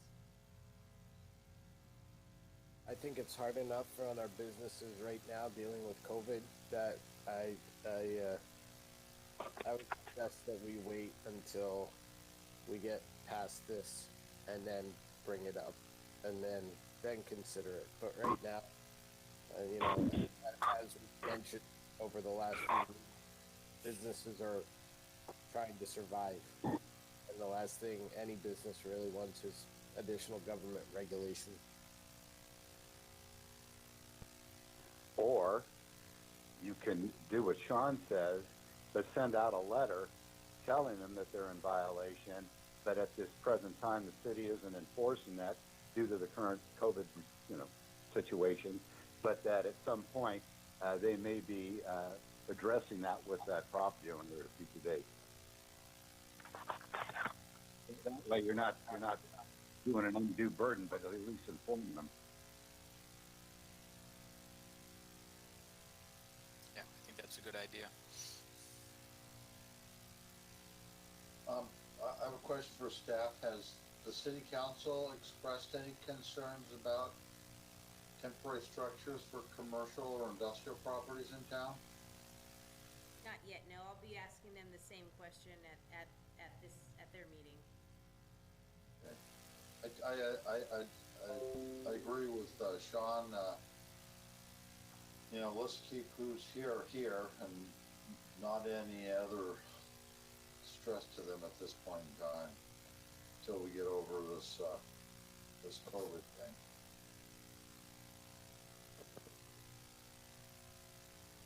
Okay. And at this time, I don't believe we have any projects to provide any updates on, so no other items. So I just wanted to say that, it is the intention to hold a planning commissioner and council workshop, but it would be at the first of the year because of election reasons. So we're scheduled to have an election for this November, which we actually aren't having an election because we only had 2 candidates that applied, so we just appointed them. But the intention is that with the new set of a new council, that would be when we would meet with the planning commission and work through, or get a better, so you guys can have a better understanding what the council's directions are for you. So I just wanted to put that out there. I haven't forgot about that. Thank you, Tammy. Any other staff communications? Mission communication? Barbara? Thank you, everybody. Thank you, everybody, for the work. Kurt? I ditto to that. Thank you, Barbara. I'd like to say congratulations to Mark and Sean on their reappointments. Belated, I wasn't here when we're seated for that. So congratulations to both of you. I'm glad you're on the Planning Commission. With the new market, and you said that they had passed through escrow and they were still planning on doing the gas station. Has anybody talked to them about that gas station and where it's going to be located? We haven't heard anything since then besides them asking for the application to sign up for utility services. So they did actually email us verifying what the parking regulations were, so we did share that information with them. but we haven't heard anything since then. Okay, that's it for me. Mark? Sure. Yeah. Ditto. Thank you, everybody, for good conversation, and we'll see where it takes us. Thanks, Tammy, for reaching out and helping with the odor in our neighborhood a while back. I did. Maybe I jumped the gun and reached out to the county, and that was mainly because the police officer said, "Oh, it's a new process on the tomato plant," and if that was their new process, our property values would have gone to zero. So I'm glad that it was resolved and haven't had anything like that since it got cleared up. So thank you to the Public Works and to you guys for getting that done. And maybe just a short little story. Maybe it's kind of a shout out to Hula's. On one of my Zoom meetings from work, I came up where we live, and someone from the Bay Area says, "Oh, we were just at Hula's last weekend." So it's good to know that that's a well-known place as people drive through. So that was good to hear. So besides that's all I had. Thanks. Sean? Well, as you all know, I'm definitely not a man of few words. So I've prepared about an hour and a half speech that should end right by midnight. No, just kidding. We're having difficulties here. We may lose you. And no love. First of all, I appreciate everybody's feedback. Always learn something more about the city at these meetings, and I definitely appreciate Chair Castellanos and Commissioner Willis's feedback about our task or our mission, if you will, as planning commissioners. And so I hope that you didn't think that I was rambling on and on and on about trying to do this town hall meeting. I'm just trying to figure out a way that we can resolve, or we can collaboratively work together with the city council. So that was my only intent. Because ultimately, like I said, it's the residents that win. The other item that I have is, so Tammy, I don't know if you're aware of this or not, but it was brought to my attention that there recently, over the summer, there was a group of girls at El Portal that decided to have a lemonade stand. 3 girls, and so they had a little lemonade stand to try to get out of the COVID funk and sell cupcakes and lemonade to just give back, or just to do what kids do and have a little lemonade stand.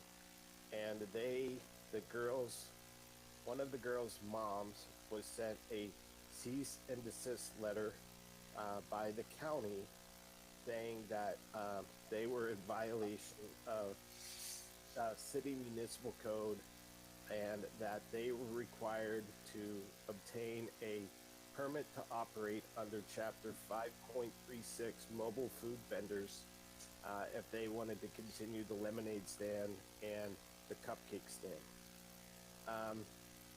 So I guess my question is to you and to the team, is a child's lemonade stand really a violation of that item for the municipal code?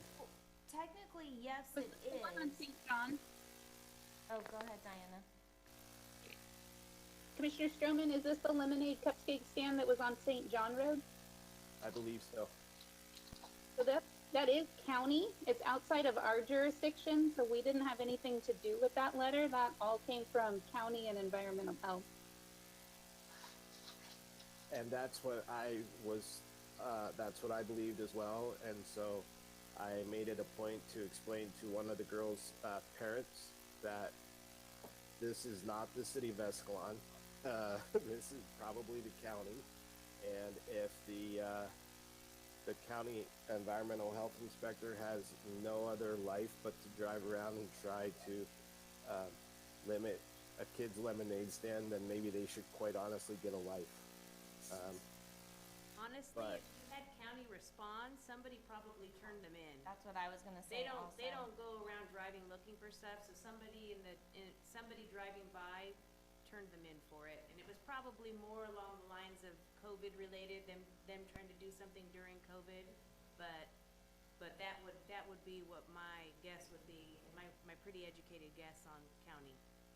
But I would tell you that that's not something typically the city would take action on. Well, thank you for clarifying that, because I had a Kool-Aid stand over a couple summers, and I loved it. And actually, I was able to buy a new bike, and you know, at 8 years old, that was a dream, and I absolutely loved it.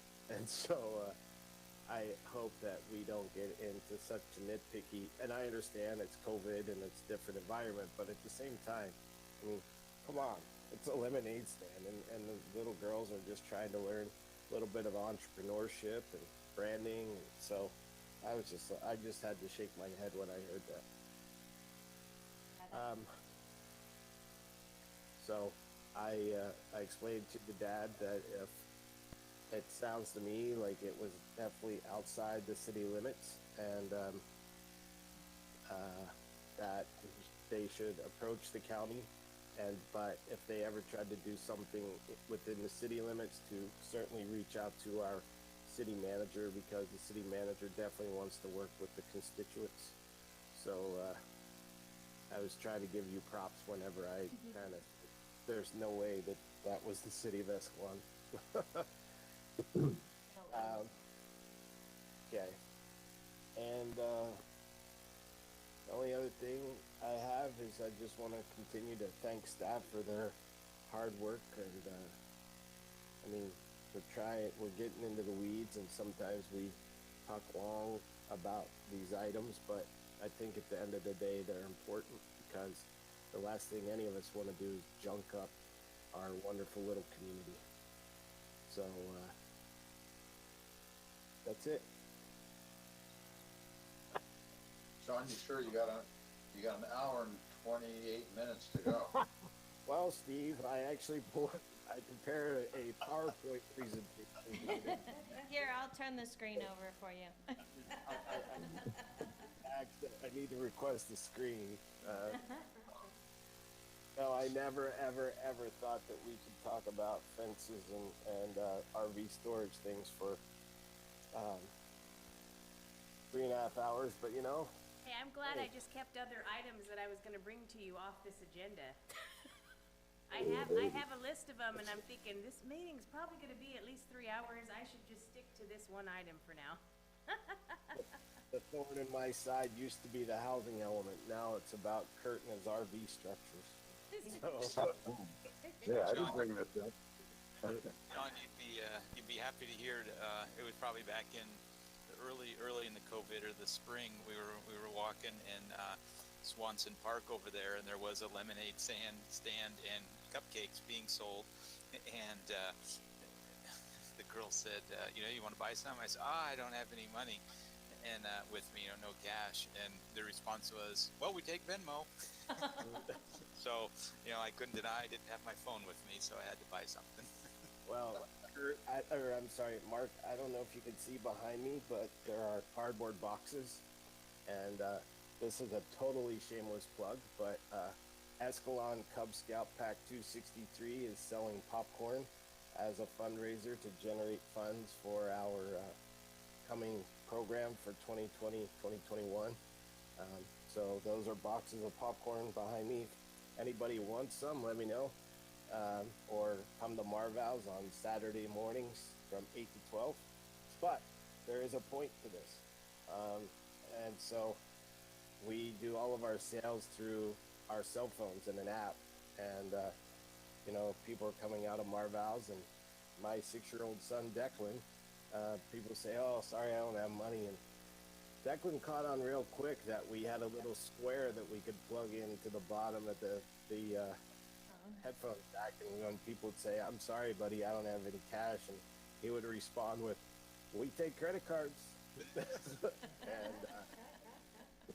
people would say, "Oh, well, I'm sorry, I don't have money on my credit card," then he would say, "Well, who doesn't have money on their credit card?" Like, no. Oh, honesty of a kid. Yeah, Awesome. good old technology. I'll go out the entrance of Marvell's on Saturday instead of the exit. Well, I want to first thank staff for keeping us unfocused and enlighten us as we went through the couple of codes. I do appreciate the input, Diane and Dominique, and the input of everybody else. This is a learning process for all of us. Don't take, for the younger newcomers, don't take it personal if we get shot down. It doesn't happen very often, but it will. And be safe, everybody. Hopefully we'll have, besides being confined to our property in our house, hopefully the weather's going to get better, that we'll be able to actually go outside and enjoy the outside while we still have a fall season coming up soon. Be safe, everybody, and anything on the agenda for next month? We're all gone. Not at this time, but I may find something by then. So plan for it just in case. Okay. Well, thank you all, and meeting adjourned at my clock says 10:38 p.m. Good night, everybody. All right. Bye. Good night, stay safe.